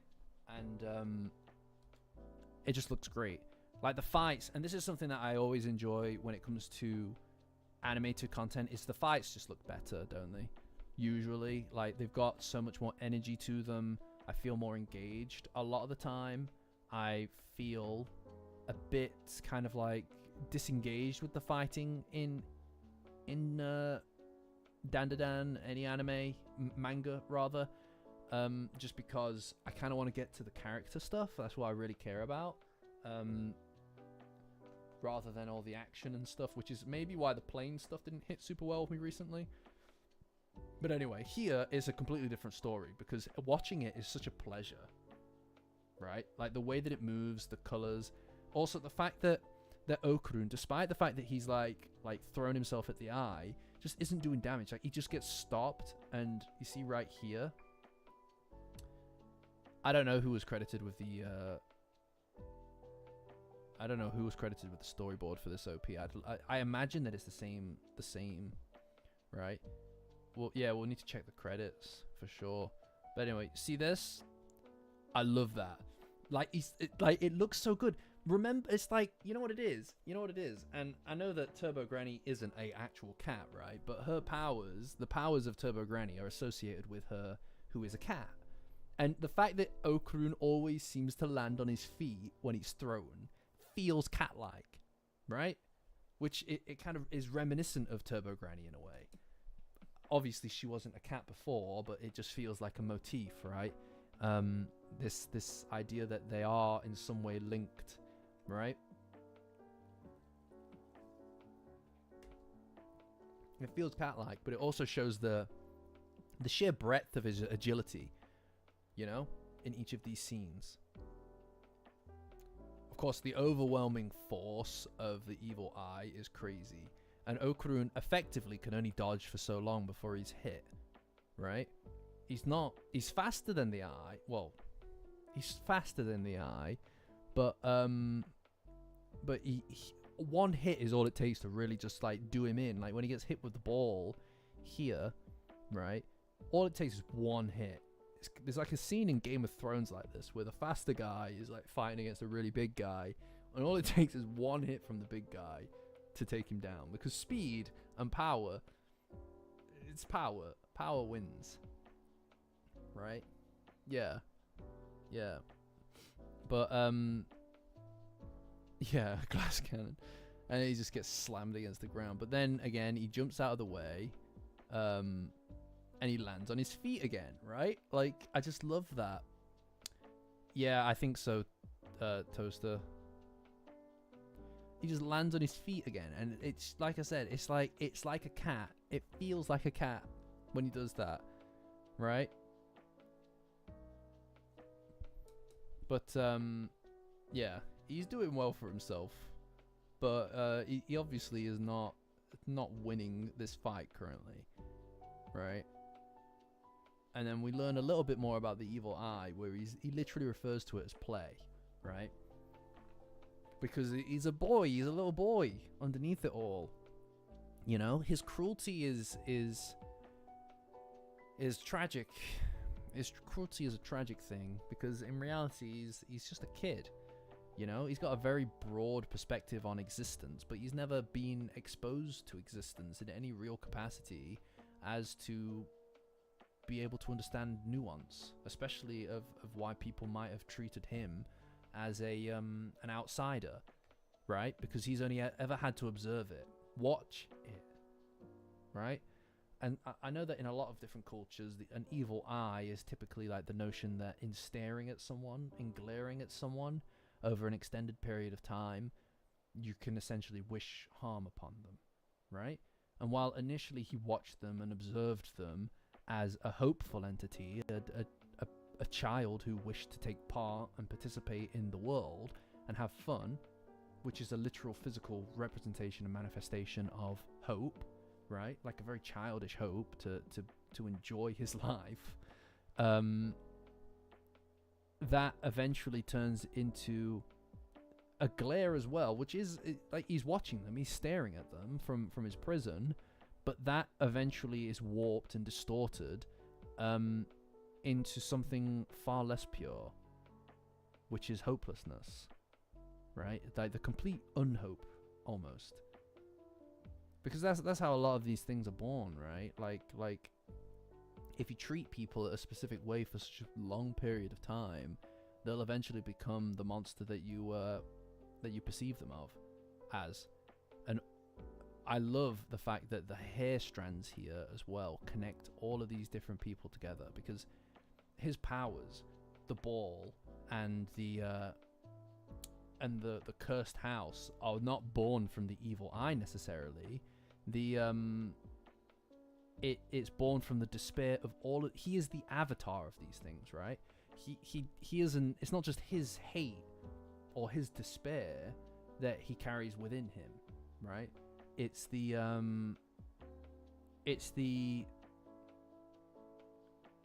despair of all of these people, right? Like watching over time as people, people that you hope for to connect with, watching them each just be destroyed by the same horrific world that destroyed you. And in watching that, in seeing that happen to people over hundreds of years, it's almost guaranteed that you're going to eventually distort into something else, into something far less pure, and it's very sad, really. Like in I believe Buddhism, the notion of evil just as a concept, right? Like, how can you say that the evil eye necessarily is just evil, right? It's hard to classify someone like him as evil just incarnate, just for the sake of it. In Buddhism, evil is brought about by it's created, essentially, to my understanding. Hold on, I had like a thing. There are like 3 different ways that evil can be created, and each of them is through a kind of like, what would you say, right, so it recognizes that human experience is painful, and contains a lot of pain, sickness, and things like that. But moral evil, right? So here it is. Moral evil isn't necessarily something that just exists like in like Western religion, where it's like good versus evil, that kind of thing. Moral evil is analyzed into various different vices, known as defilements, right? And the roots of these evils, the roots of these defilements, are found in greed, delusion, and most pertinently to us, hatred. It's hatred that leads to this form of evil. And this form of hatred, this evil, is formed from a hatred that's born from hopelessness. Because how else could you look at a world like that and have anything but disdain and hate for it when you've lived a life that this guy has led? To the point where he even does the same thing to Gigi, right? Like, he does the same things to Gigi that he had done to him, because that's the only thing that he knows, right?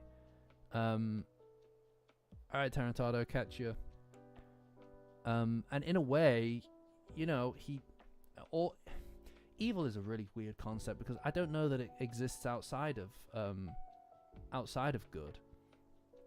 Inside of good and inside of evil is the potential for its opposite, very much inherently, in my belief. And in some capacity, the evil eye, the hatred for humanity, comes from an affection for those who have been wronged by humanity, which is a good thing. It's an empathy almost. Like, he feels the same pain that all of these other people who have died throughout the centuries have also felt. And as a consequence of that, he is the avatar for them, their vengeance, their hatred. And that's why he does what he does, because he sees humanity. The only humanity he's ever known is the type of humanity that do awful things to people who don't deserve it. So what's the alternative? Just to continue to let them, or to do something by doing the same thing back, no matter the cost? And that's the evil eye, right? Is a violent, evil entity, but born out of something less so. Yeah, it's even intentionality, I think, is a backseat thing. Like, I think even his intentions, you could just qualify them as wrong and morally evil, but that doesn't mean that they're not understandable or coming from a place of some deeper, like, when you peel back the layers, it's driven by a form of empathy, a distorted form, a deluded form, right? A hatred, a delusion, that kind of thing. But ultimately, right, this despair, this complete apathy, this, you know, a complete apathy to value and life is powerful. It's a powerful thing for someone to cling on to do harm, but it's nothing compared to the power that someone like Okarun has, right? And this is how he's able to win, because when he's talking about Momo and how he's going to essentially kill her after he's done with Okarun, that's one of the things that he cares about, right? Caring about something is way more powerful than caring about nothing, right? If you have something to lose, if you're fighting because you have everything to lose, a thing that is everything to lose, that's far more powerful, I think, than somebody who is fighting because they've got nothing left to lose, right? The latter is romanticized in a way, I think, but the reality is it's not as powerful as the former, and that's what this is trying to demonstrate, is that Okarun has a reason to fight beyond just inflicting pain, right? Like, his mission is one that has more moral weight to it, and he'll do anything to see that through, right? And also his understanding here, and this is great, because this is the culmination of Okarun's arc over the cursed house kind of period.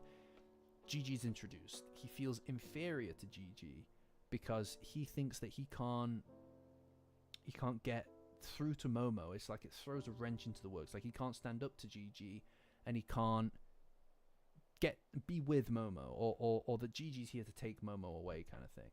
And he almost surrenders to that, right? He almost gives up to that element of himself, that desire to be with her. He wants Gigi to go away, but as he starts to see, in his mind, the competition is there to stay and he's going to lose, so he decides to give up instead.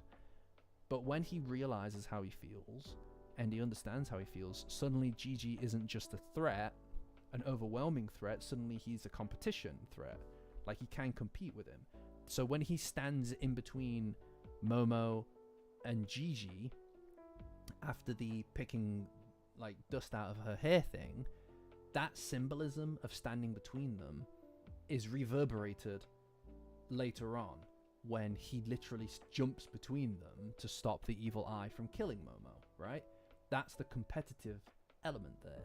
The idea that they are adversaries in some capacity. But the reality is that Gigi is not that guy, right? He's just not. He cares about Momo. And that's where it comes from. And Okarun understands that by getting to know him. And he understands that he wants to be his friend. Because Okarun wants friends. That's his whole bag, man. Is that he's a lonely guy. And this moment is great because he's not just stepping up and competing with Gigi. He's about to defeat the evil eye, but not out of a place of malice or hatred for Gigi, but instead he's doing it for Gigi, because he understands that despite the competitive element between the two of them, Gigi cares deeply about someone that he also cares about, and that's more important than winning her, right? Is that she's happy and that she's safe, and that's more important, and that Gigi understands that as well. And even though they are in some degree of competition, that competition is pure, right? It's just pure. And this bit here where he uses his exercise routine to beat him is just so brilliant. It's perfect, actually. It was perfect, down to the minute little details.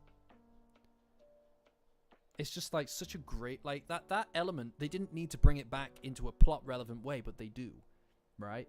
And that's what's great about Dandadan, is that everything matters. And the plot is like this now still. Everything feels like it's placed very intricately and very delicately to have as maximum an impact later on in the story as possible, right? It's just good writing, and the way that this place, that this even the jacket, right? Yeah, I do like you. Yeah, no, when he said you defiled Gigi, I do think that was slightly more powerful of a translation than you violated Gigi, but you know, basically the same kind of thing. This room though, this house built from the building blocks of this house are of despair, of complete apathy to existence, a hatred, a malice for all things that can possibly live, all life itself, right? Signified by the purple. But this is what I mean when I say that it's not just a battle of will. It's not just a battle of physicality. It's a battle of will, of whose way of looking at existence is more powerful, which is more strong. And as the room fills up and the purple is pushed out, suddenly, for the first time in this big tug of war between these two people who are fighting for someone or about someone, for the first time, Okarun's got a leg up, right? And he's now the dominating force in the room. And the whole room is red now to signify that he is now the powerful entity. And as a consequence of that, he just smashes the guy through it. He breaks out because he is stronger. And it's so cool. It looks so good. Oh my god. You couldn't ask for something to look better than this. Genuinely, you could not ask for a better adaptation. That is perfect. That is so goddamn good. It's so good. Like that's the moment to top. That's the moment to top right now. And then he passes out, which is great. Yeah, it's just so good. It's perfect. That is an unbeatable moment. And then you can see where the ad break is, by the way, for the broadcast version, because it pans up, the camera like tilts up to look up to the sky, then it goes black, and then it tilts straight back down. It's like ad break. That's a broadcast ad break right there. But yeah, no, I can't glaze that moment. I can't glaze that moment for like enough. It looks so good. It's such a powerful kind of like showcase of what Okarun can do as well. I'm really glad that that's how they decided to do it, you know? Yeah, no, Zero, I hear you. I honestly, like so much of this, I feel like adds a very different flavor to the manga. And I'm totally fine with it because it's great. Like, it looks great. And I adore the manga so much. Like, I think that it's I don't think it's particularly I don't think it's a particularly an overestimate to say that at least in recent memory, this manga has had a fairly noticeable, tangible impact on my everyday life, right? Because it introduced me to all of this and all of you, and that means that it has a very, very unique space in my heart. So obviously seeing it rendered in a different format is, you know, unique. It's unique, but it's so perfect that it feels like re-experiencing something, and that is quite an intoxicating. It's quite an intoxicating experience, right? Yeah. Yeah, I think that the adaptation, like some of the translations are maybe not as good as the manga, but you know. yeah, it feels like the people making it really love the manga as well. Oh, I love Turbo Granny in this scene. She's so sad. Oh, it's so sad. I love Turbo Granny so much. You know, it's so good. It's so good.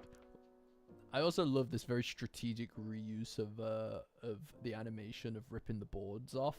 It's just the exact same animation. It's like when Momo's cutting the curtains up and stuff to make the rope. It's just the same animation over and over, which is fine. It looks great. It's just very strategic.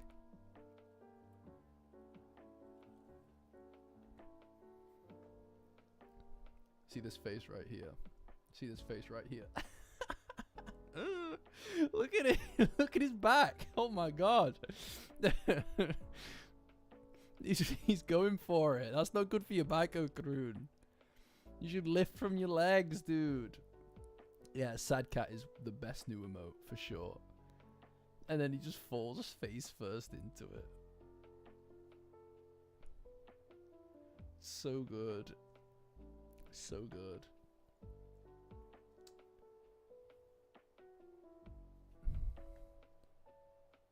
Yeah. Right, hold on, guys. Hold on, guys.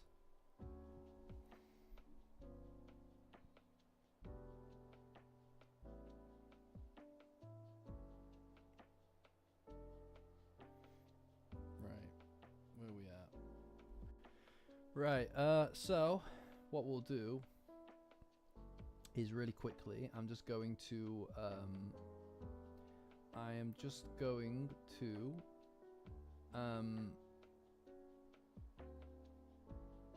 pomade. Like, I don't know exactly where I normally put this at this point, but I'm just gonna quickly do the pomade for this this stream. So I'm just going to do a quick shout out for all my boys that are supporting the channel. It is incredible. I feel like I've made enough of a ruckus about it already today, about how meaningful it is. But you know, I'll briefly just highlight that one more time, because why not? It genuinely is yeah, it's an incredible feeling that I can't properly convey, but seeing people support the channel is quite an overwhelming experience for me, so thank you. So this is the Yokai Power tiers, guys.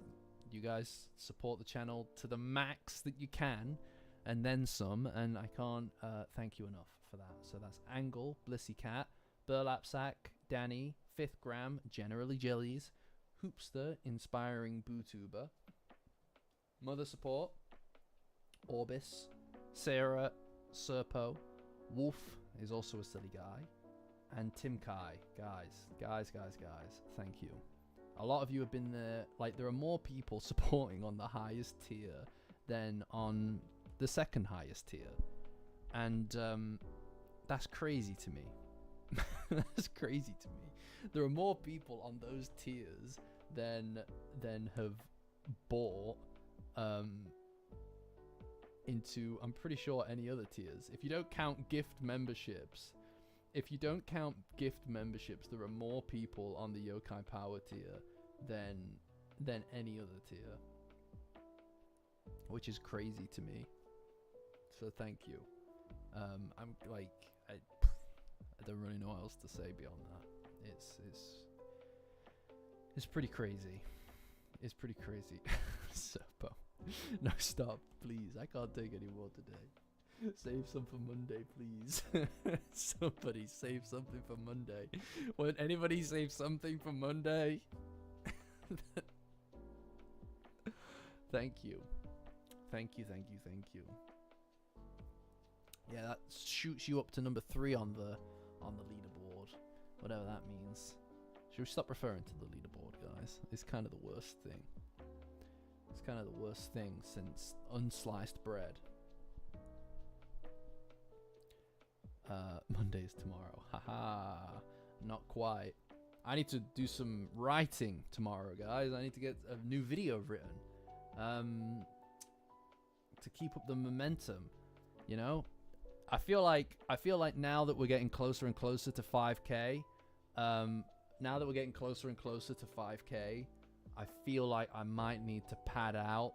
I might need to pad out the celebratory 5K stream, because it feels like the pizza thing has kind of like gone off to the distance. I'll do it, but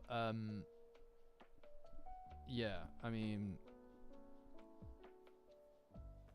it feels like it's kind of gone into the distance. Cool times. Yes, I am going to do, you've probably seen, or maybe you haven't, seen my Season 1 retold, the first half of Season 1. I have the second part of that written, recorded. I might redo it, depending on how I feel.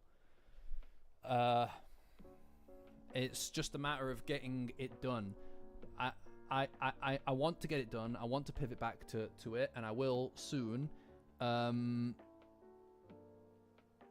will pivot back to it soon, but I want to get as much shortish content out into the world, whilst Dandadan's really like on the top of the dome for people. Rather than spending weeks and weeks getting one of these retolds done, because it takes a lot of work, guys. Whereas I can get one of these 10-minute, 15-minute videos out, 20-minute video out, relevant to each part that we're at in the series, you know, and then we'll be able to kind of like collect as many people as possible. But part 2 of Season 1 will get done soon, right? Towards the end of the season. I just want to make sure that I can get as much content done to kind of pick up the zeitgeist of the season. I've got a really good video idea for this week, if I can get it done, that really connects nicely with this and the episode before. And then I've got a really good one for another 2 weeks from now, which I think would be very powerful. And then another 2 weeks from then, I've got another one that's really powerful that's in here, the back of the dome right now. And that's where I'm at. I've got 3 videos in here right now that need to get released along the schedule of the content, right? The schedule of the episodes coming out. Again, I'm not as fast as the other creators you're going to see in this space. I can't be. I just can't. A lot of, not to say that they don't, obviously, but maybe they don't have day jobs as well. But a lot of thought, energy, consideration goes into every single line that I write in the video. I want it to be perfect every time, to the best of my ability. And I don't want to miss stuff, you know, because I feel like that's what you guys all want. Right? You guys want the quality. I know that you guys want the quality. The minute that we stop the quality side of things, the minute that it becomes slop tube stuff, is when the community starts to diminish in wholesomeness and quality as well. I jump onto other people's videos just to see what they're doing, and to check out the comment section specifically. I don't tend to watch the videos because I don't like to be influenced too much from other people's stuff, but I check the comments.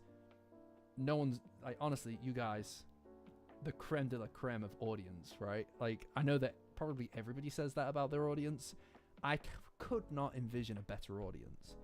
Such, like, interesting, and very, in my opinion, I think that you're all very engaged and very clever individuals, right?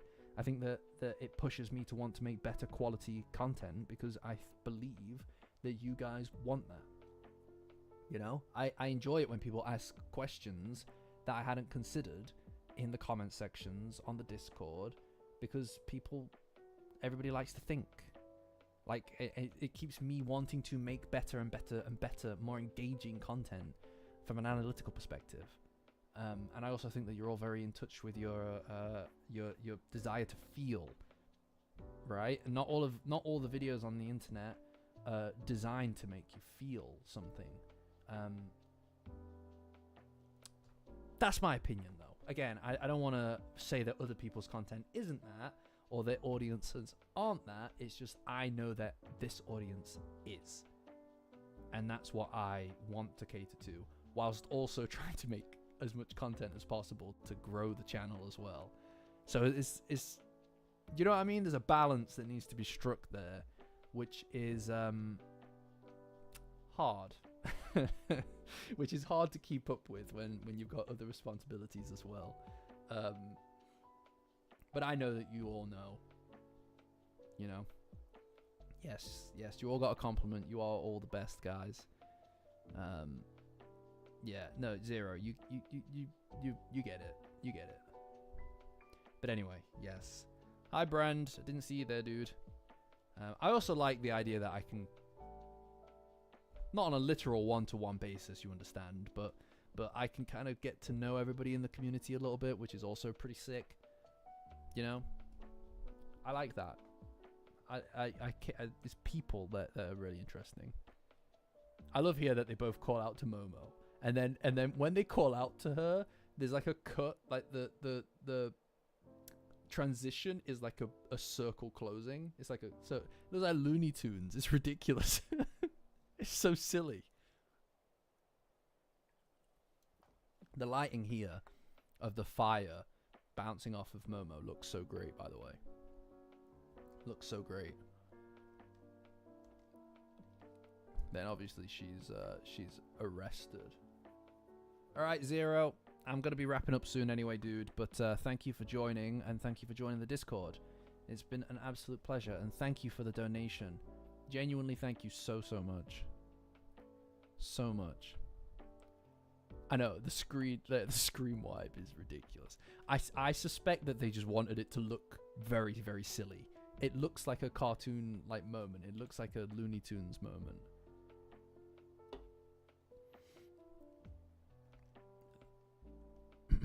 The worm coming out from the ground looks so great as well, right? It just looks so, the scale of it is incredible, right? And like the way that, like, when it lands on the ground as well, all the air blasted in across Momo, you feel it almost, right? Like, it's just so wonderfully animated. The whole thing is just fantastic. And also the way that Momo moves is very Momo, right? Like she's constantly kind of got like an exaggerated kind of like let's go kind of moment, right? Also cute. This is cute. Like little kid Momo and kid Gigi are so cute. They've got such big heads. I just feel like that's part of the design, isn't it? It's like you make the heads bigger in comparison to the body, and it's just like, oh, that's cute.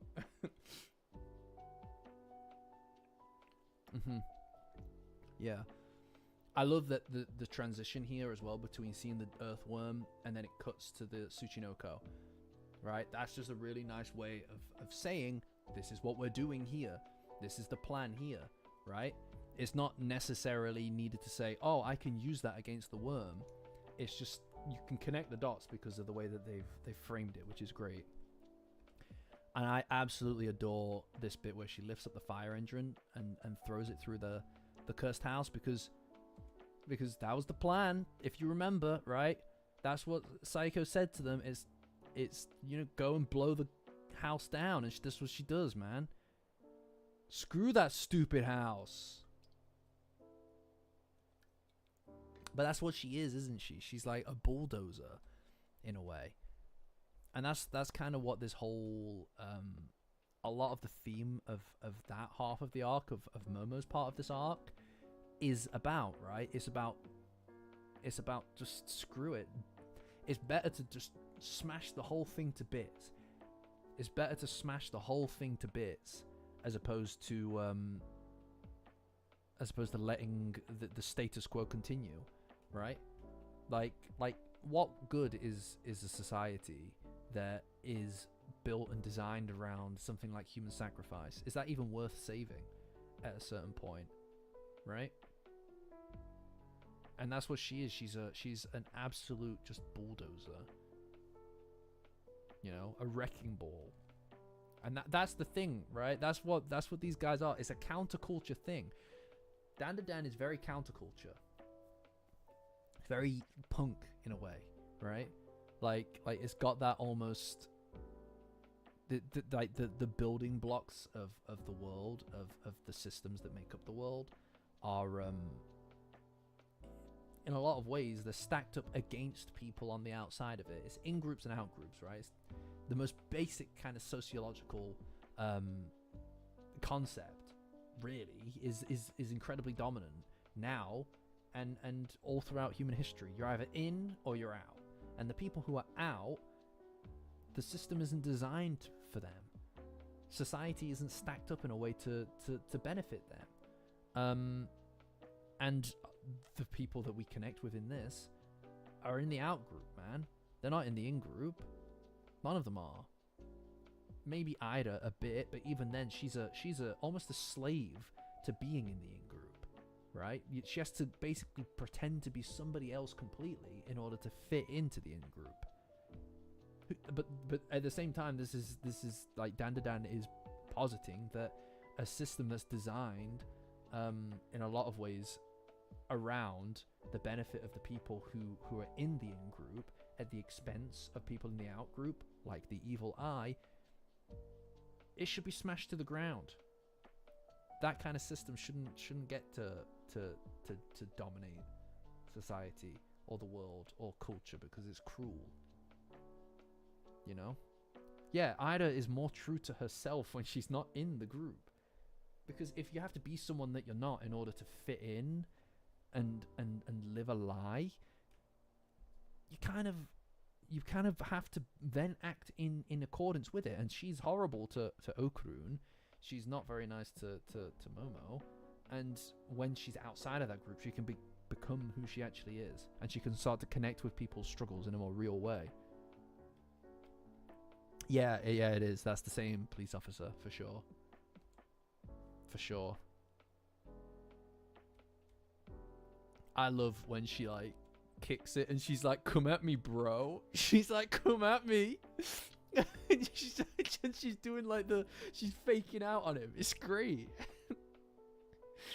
So good. Oh, I remember dying when I saw that bit in the manga initially, and they absolutely kill it here as well. It's like, you want to come at me?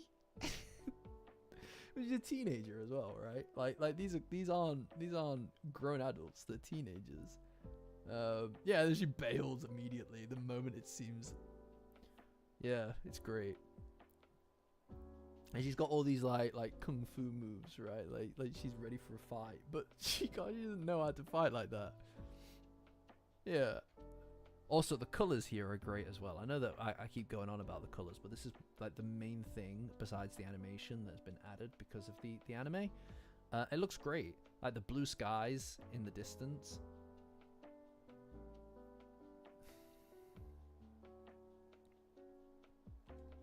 Yeah, she stands. Yeah.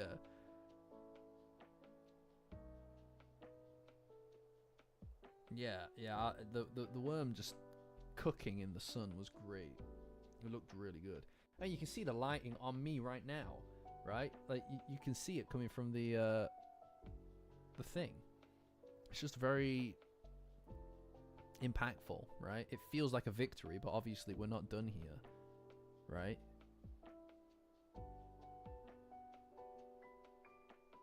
And then obviously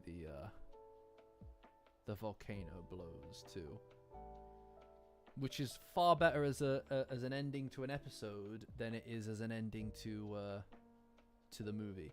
And this is great as well because that is like basically a complete recreation of the manga panel, and it looks great.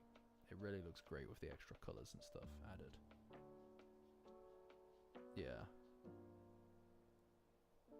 You can't be serious. Yeah, I know. What the hell? But yeah, powerful. Also, yeah, I mean, I love it. It's fantastic. Great episode. Absolute fantastic episode. That's probably That's one of the best ones that's out yet. That's one of the best ones that's out yet. I love that whole part. Honestly, I really love the messaging of Dandadan just generally. You've probably already caught that, but I just feel like it's healthy. It feels right. It feels good. It feels like understanding, and it doesn't feel quite as it doesn't feel preachy at the same time. But all of the characters feel very unique and raw, and I don't know, it's really cool. And you know, someone like Momo, I think, is such a fantastic character, and I think people will get that in the next episode. I think people are going to get that in the next episode because she does whatever she can to ensure that something like prophecy built on this notion of sacrifice is just destroyed, and she'll do whatever it takes to disprove that. And I think that's very powerful because, you know, it's just, I don't know, like it's a very nice message to see kind of now, you know, just generally speaking. Yeah, it's all about like whether or not you have the will to enact the things that you care about on the world. You know, and by keeping in perspective the things that you care about and the people that you care about, you know, without it just being like a last minute, like, oh, I can now, I have superpower because I thought about my friends kind of thing. It feels like these things all add up in a cumulative way, you know. But yeah, sorry, I'm watching the ED here. It's great. Like this ending is so good. I love it. It's just fun, you know. Like, it doesn't need a whole video because there's not really much to say that you can't just see, you know. Unless you want one of those videos that's like, hey, what's up, guys? I'm gonna point out the top 50 things from the new Dandadan ED, guys. Remember to hit that bell, like and subscribe, and let's just jump right into it. Do you know what I mean? Like, I could sit here and point out 50 different things that are relevant or references to Dandadan, but it's like, who cares? Like, you can just watch it and you can see it. It looks great. It just looks great, you know. And it doesn't take itself too seriously. It's just colorful and enjoyable. Yeah, number 7 will shock you. Yeah. Kevin, no. No. I love the dancers and stuff as well. It's just so good. They're absolutely killing it. Also, the style is very different to the main kind of Dandadan stuff. And yeah, it looks great. It just looks great. See the bit where like the kind of like the fireworks and stuff are going off behind Momo, like, and her hair's going like crazy. It looks so good. And the way that it spins as well. Oh man, I fucking love Dandadan, guys. I love Dandadan. It's so great. How many subs for you to learn the dance? Oh my lord. No way. No way. No way. Get the get no, I'm not. No way. I'm not. Well, maybe I'll think of a ridiculously unachievable statistic for you guys. Oh yeah, it's Psycho riding on the back of Taru. I love it. It's so good. Man, that's gonna blow people's minds. That fight's gonna blow people's minds. Yeah, you've put that out into the world now. That fight is gonna blow people's minds. God, the Cursed House arc is so fucking good, man. It's so good. The Cursed House arc is so good, dude. Oh my lord, it's so good. It's unbelievably good. I don't know how people can feel anything but utter love for the Cursed House arc. It's incredible. It is incredible. Genuinely so good. Oh wow. Is that you, Toaster, who signed up as Dandadan? If that is, thank you. Thank you so much. Whoever it is, I don't want to say the name out loud because I don't know. I don't want to dox you. But whoever it is that just signed up as Dandadan, thank you. Thank you. I appreciate that. Thank you. Very generous of you. I was like a half an hour ago, like nearly an hour ago, actually. That's fine though. No, very generous. Thank you. I should probably be more active. I know. Yeah, I'll need to assign you the role in the Discord, and you can join us on Mount Olympus. That's all right. You can join us on Mount Olympus. I need to start posting more onto Patreon. Part of me was thinking maybe starting to like, I don't know, just like use this as kind of like a journal for my thoughts or progress on content a little bit, just to let you guys know, even if it's just like 100, 200 words, just so that you guys know what's going on and get a little bit of insight into the progress and the process as well. Something like that. But it's down to you guys.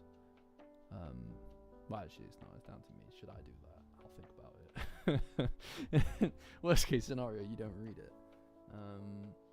But yeah. Yes. Another episode. Another week, another episode. So, guys, look, next week... next week, we have the first episode to come out that I haven't actually seen. I'm very excited. Next week is probably going to be crazy good because of that. Because obviously you saw the stuff in the cinema and whatnot, and that kind of like took, you know, it means that everything that's been seen so far I've already seen. Whilst it's really nice to be able to re-experience it, some new content is going to hit differently. Right, the new content is going to hit differently. Yeah, I think a lot of us saw the movie. Yeah, I'm thinking. I can't wait for the lava scene. I can't wait for the lava scene. The run is going to be done so well. I can feel it in my bones. And the hug there is something else. You know. But we will reconvene on that next goddamn week, guys. We're going to reconvene on that next week. Holy shit. It's going to go crazy. It's going to go crazy good. You know? I am very excited for this.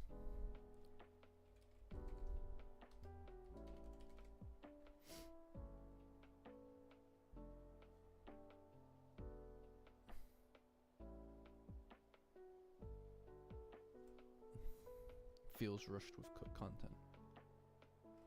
Cut content? What's the cut content?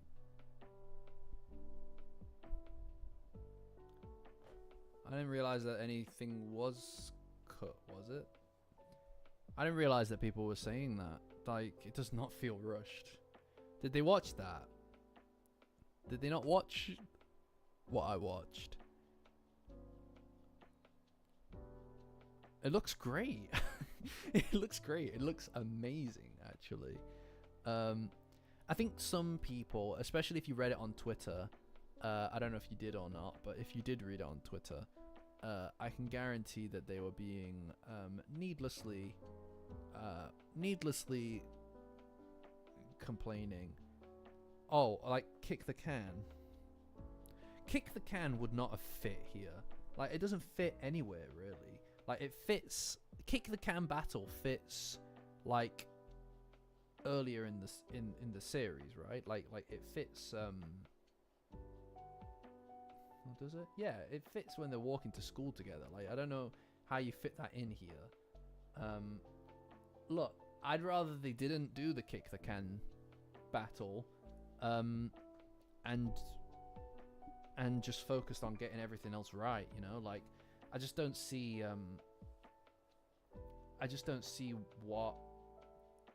where it worked. You know, I thought the Ketos did get eaten because they get spat out, don't they? Because they get spat out by the worm at the end after it was beat. You know? Yeah, it'll probably be right at the start of the evil eye thing, but there's no Gigi at the school and no Ida at school, and they would have got pulled into the whole can thing. So I don't. The kick the can thing is great, right? And there's a reason that in my evil arc retold, the evil eye arc retold video, I went out of my way to include it because I think it does deserve to be spoken about. But I don't know. I just don't think it's really.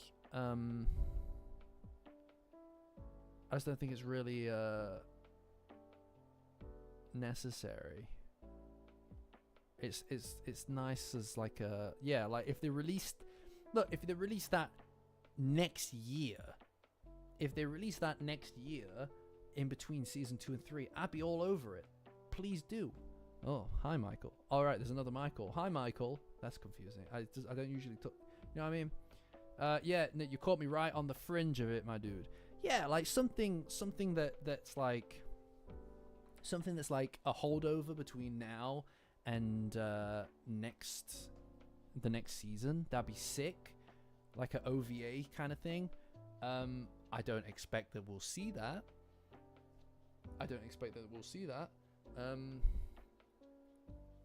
But hey, you know, that's the only place I can see it really working for me.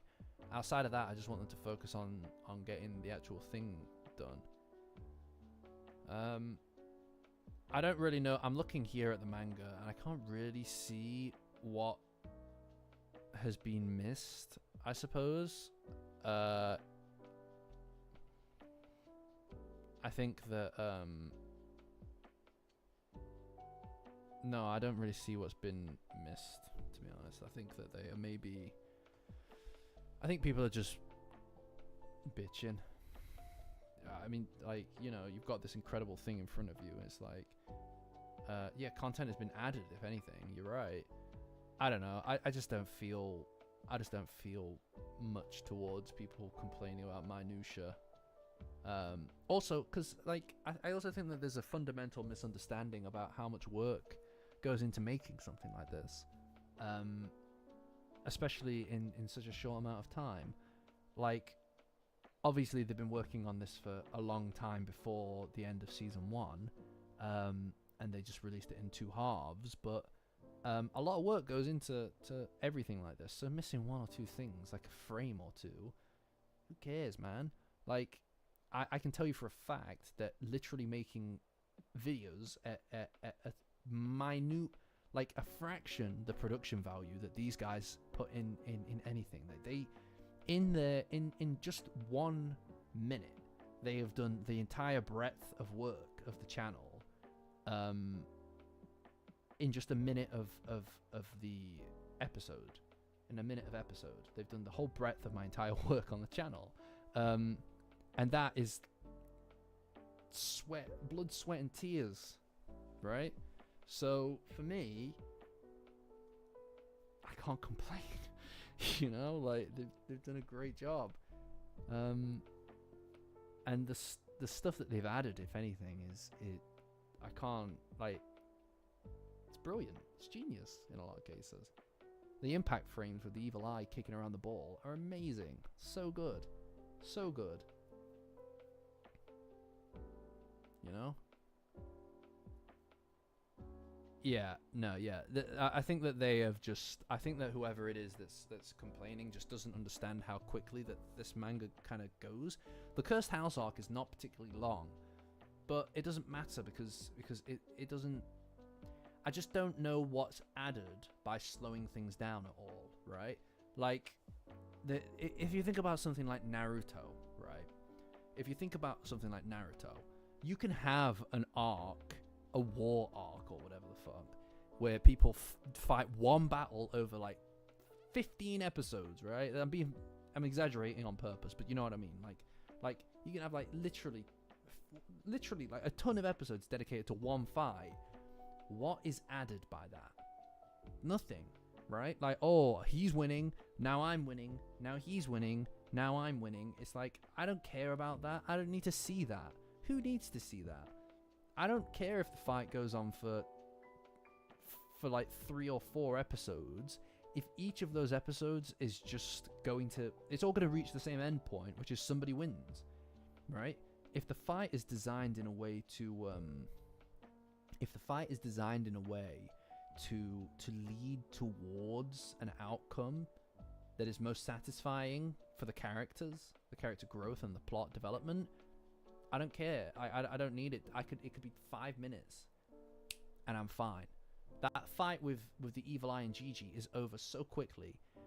Gigi's winning, then Okarun has a moment where he understands, and we don't need it spoon-fed to us either. Like, he doesn't have like a huge flashback to something that he thought about, or Momo or something. Like, we can connect the dots because we are in tune with his character. It's completely like simpatico, right?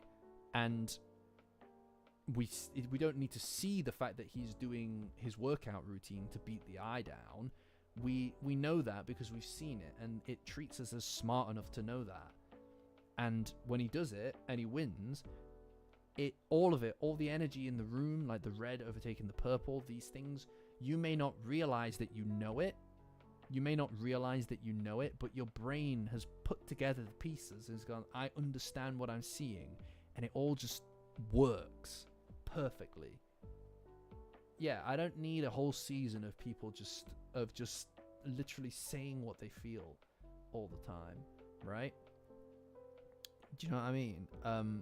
Yeah, exactly, Toaster. It is in subtlety that the real message can be found, right? Like when Okarun's talking about Gigi, right? When he's talking about Gigi, and he just simply says that you defiled Gigi, and he's my friend. Give me back my friend. 1, 2, 3, done. Doesn't need to be more than that.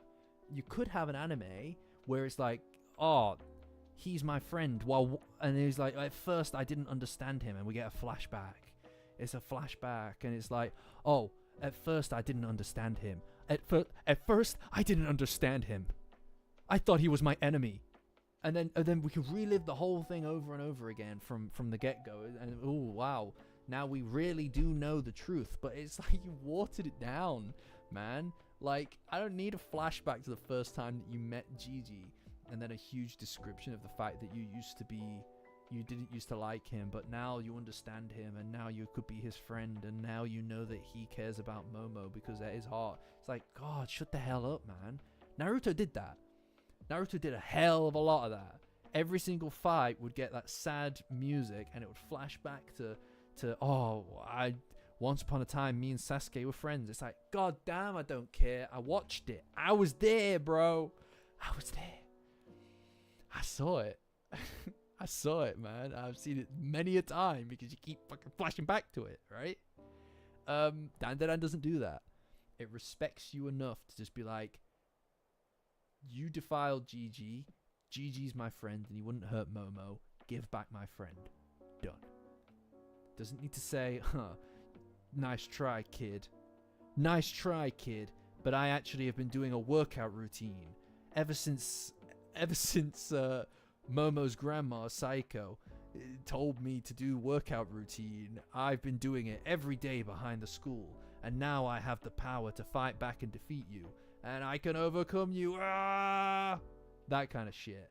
I don't need to see that. It's just 1, 2, 3, 4, 5, 6, 7, 8, 9, 10. Like, do you know? It's like I'm getting it, and even if you don't get it on the first pass, you rewatch it, you get it on later passes. That's what's great about it.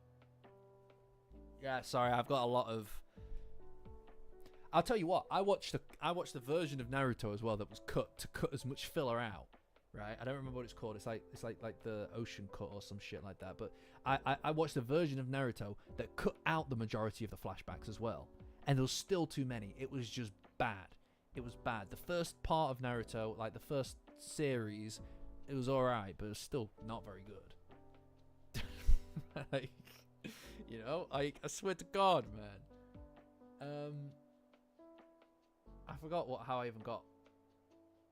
I forgot how I got to this point. Yeah, so if they don't over-explain stuff, or they haven't cut anything out to my knowledge, but if they don't feel the need to overindulge or over-explain, let's go.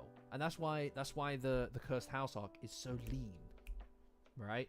That's why it's so lean, because it's just you just go through it, because every single chapter in the Cursed House arc moves the plot and moves the characters. Every single goddamn chapter does that.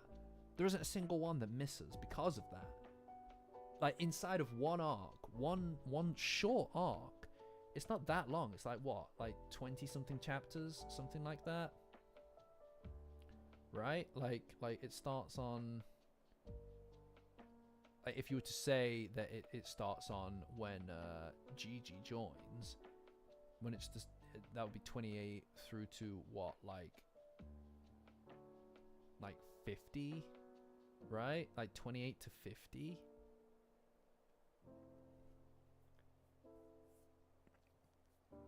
There is the one flashback to the train, you're right. But I feel like those are stylistic choices rather than just explaining choices, if that makes sense. Like, it feels like they do that stylistically, and it's like over like that. But yeah, look, so from, like, let's say 28 through to 50, right? So that's like what, like 22 chapters, isn't it? Right? 26. Is it 26? I guess. Well, I feel like the post dinner is 27, so I'd probably, I don't know. Let's say 26, whatever. It's like 20 something chapters. Let's say 20 something chapters. Every single chapter is doing something inside of that, right?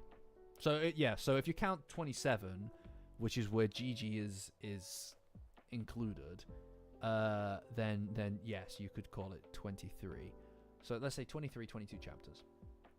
Point is, from the beginning of this chapter, what happens inside of those 20 something chapters, right? You've got Gigi's introduced, the Cursed House and the Evil Eye is introduced as a concept.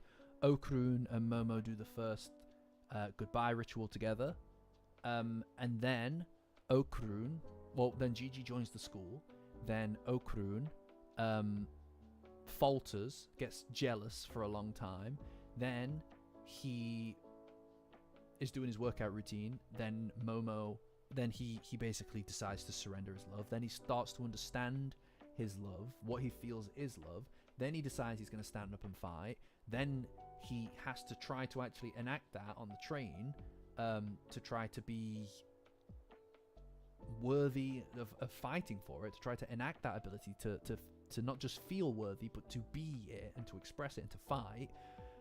Then introduce the town. Momo goes to the hot springs. He has to befriend Gigi, basically. He does basically befriend Gigi. Then all the stuff with the Tsuchinoko, and then they hold hands, and also we get the whole flashback of the Evil Eye. It's packed. It's packed with stuff, man. Every single goddamn chapter has something happening in it, man. It's gonna feel fast at times, but that's just because the plot's moving. That's just because the plot and the characters are moving. It doesn't feel unnaturally paced, despite the fact that it's so dense. It's such a dense arc. Comparatively, the Evil Eye arc, it's very slow. Comparatively, the Evil Eye arc is very slow and a lot more personal, which is totally fine. That's totally fine. I love that as well. I mean, it's the characters that we all care about, right? But this arc is got everything.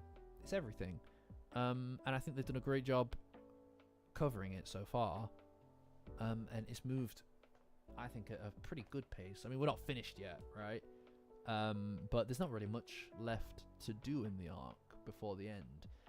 It's really, to me, the landing.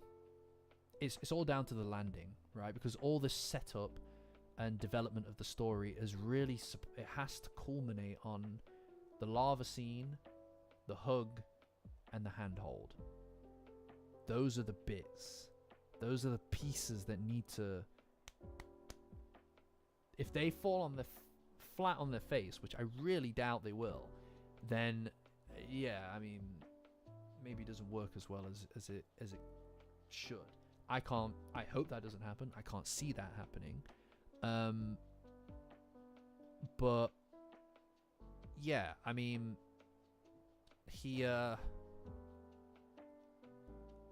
that's really the defining thing for me, is how it lands, if it sticks the landing, right?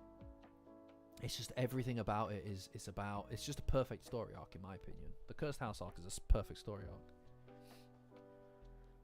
No, I think that Okarun knows that what he feels is love from the moment that he sees Taru express all the things that he couldn't put into words, right? Like when he watches Taro, when he watches Taro announce how he feels to Hannah, he sees and hears his inner monologue, the feelings that he feels, given form in words that he couldn't possibly comprehend or put together, because he's too confused, he's too scared of it. Like, why wouldn't he be? He's friends with her. Everything's been slowly unveiling to him outside of his control, right? He's never wanted or taken a decision to feel how he feels, right? So when he first meets her, he's kind of dragged into a situation with her, and he slowly starts to open up to her, and then he's afraid that they won't see each other again, and she drags him into her life, really, kicking and screaming at first because he doesn't understand it, and he doesn't feel worthy of it. And then when he realizes that she's cute, it's not him that just goes, oh, Momo's really cute. Somebody else has to literally tell him. He gets dragged down into that as well, because he does feel it, but he doesn't understand that he knows it. And then, by the time that Gigi arrives, he feels jealous and confused and upset, but he doesn't know why, what it is about this that makes him feel like that. And then the Taro thing happens, and he sees it happening in front of him, and he hears Taru talking and saying all the things that make sense to him, how he feels. And then Taru says, well, that's the love. Basically, that's what he's saying, is that is the purest, most powerful love. And then he gets it too. In hearing that, he's able to re-examine his own soul from this perspective of understanding it, not just observing it, not just feeling it, but getting it, right? And from that moment, I think he knew. How he goes about that, though, is still something that he hasn't figured out, right? Like the physicality, initiating physicality, is something he still doesn't do. Momo has to do it, even in times of strife and difficulty. And yeah, I mean, I think that that now he's ahead of Momo, and it's in the next few chapters. I personally think the moment that Momo, the lava scene, I think that's the moment that it clicks for Momo as well. Maybe not in a way where she can put it into words exactly. She's a more confused character, I think. I think that her feelings are more difficult to put into words, because she's very closed off and less open underneath it all. But I think that's the moment where she gets it. She understands what it is. Like, she observes it and acts on it, right? Because she is a person who acts. She's a character who acts. Okarun isn't, at least not at first. And then I think that's the moment where she gets it, and then she starts to slowly let her almost like her physical self lead her emotional self, right? So when she holds his hand and stuff, it's like she's just toying with it at first, seeing how it feels, if it feels right, and it does. and she goes back in and she tries it again, and over time that starts to illustrate, right? Elucidate itself, and by the end of all that, for her, she doesn't know how to express it outside of a note, right? And her jealousy comes along and stuff like that with Vimola, which pushes her even more. But she knows that what she wants to hear, I suppose. But she hasn't ever had the capacity for somebody else to say it in front of her in the same way that Okarun did, for him to be able to see it and understand it. Which is why I suppose Momo's a slightly more complicated individual right now in the manga as well. Despite the fact that Okarun finally had the balls to say it, which is great, which is amazing. Good for him. That takes balls. That takes balls, man. Like, literally and figuratively. It takes balls.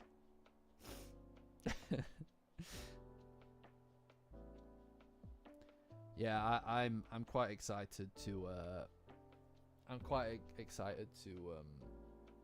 see the Raiko Kashima stuff. The Raiko Kashima stuff is going to be really good. I'm very excited for that. But that's next season. So,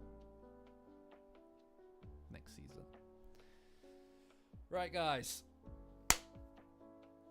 This has been a pleasure, as always.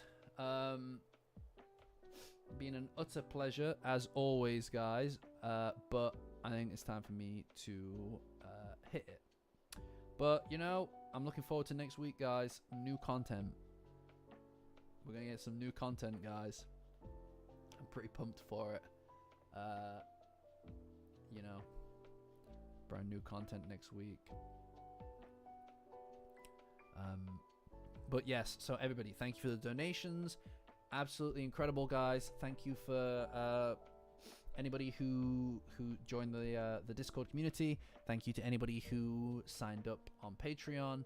I'm gonna get new video content sorted. I'm writing, you know, as much as I can, right, to get things done. Hopefully, I'll make a really big dent in it, or even get it done over the weekend. We will see, guys. But if you want to stay on top of all of that stuff and know what's happening with the channel, Patreon, link in the description. Join as a free member. Join my Discord. Through the Patreon is pinned as a top page at the top post. And that's the best way to keep up with everything on the channel.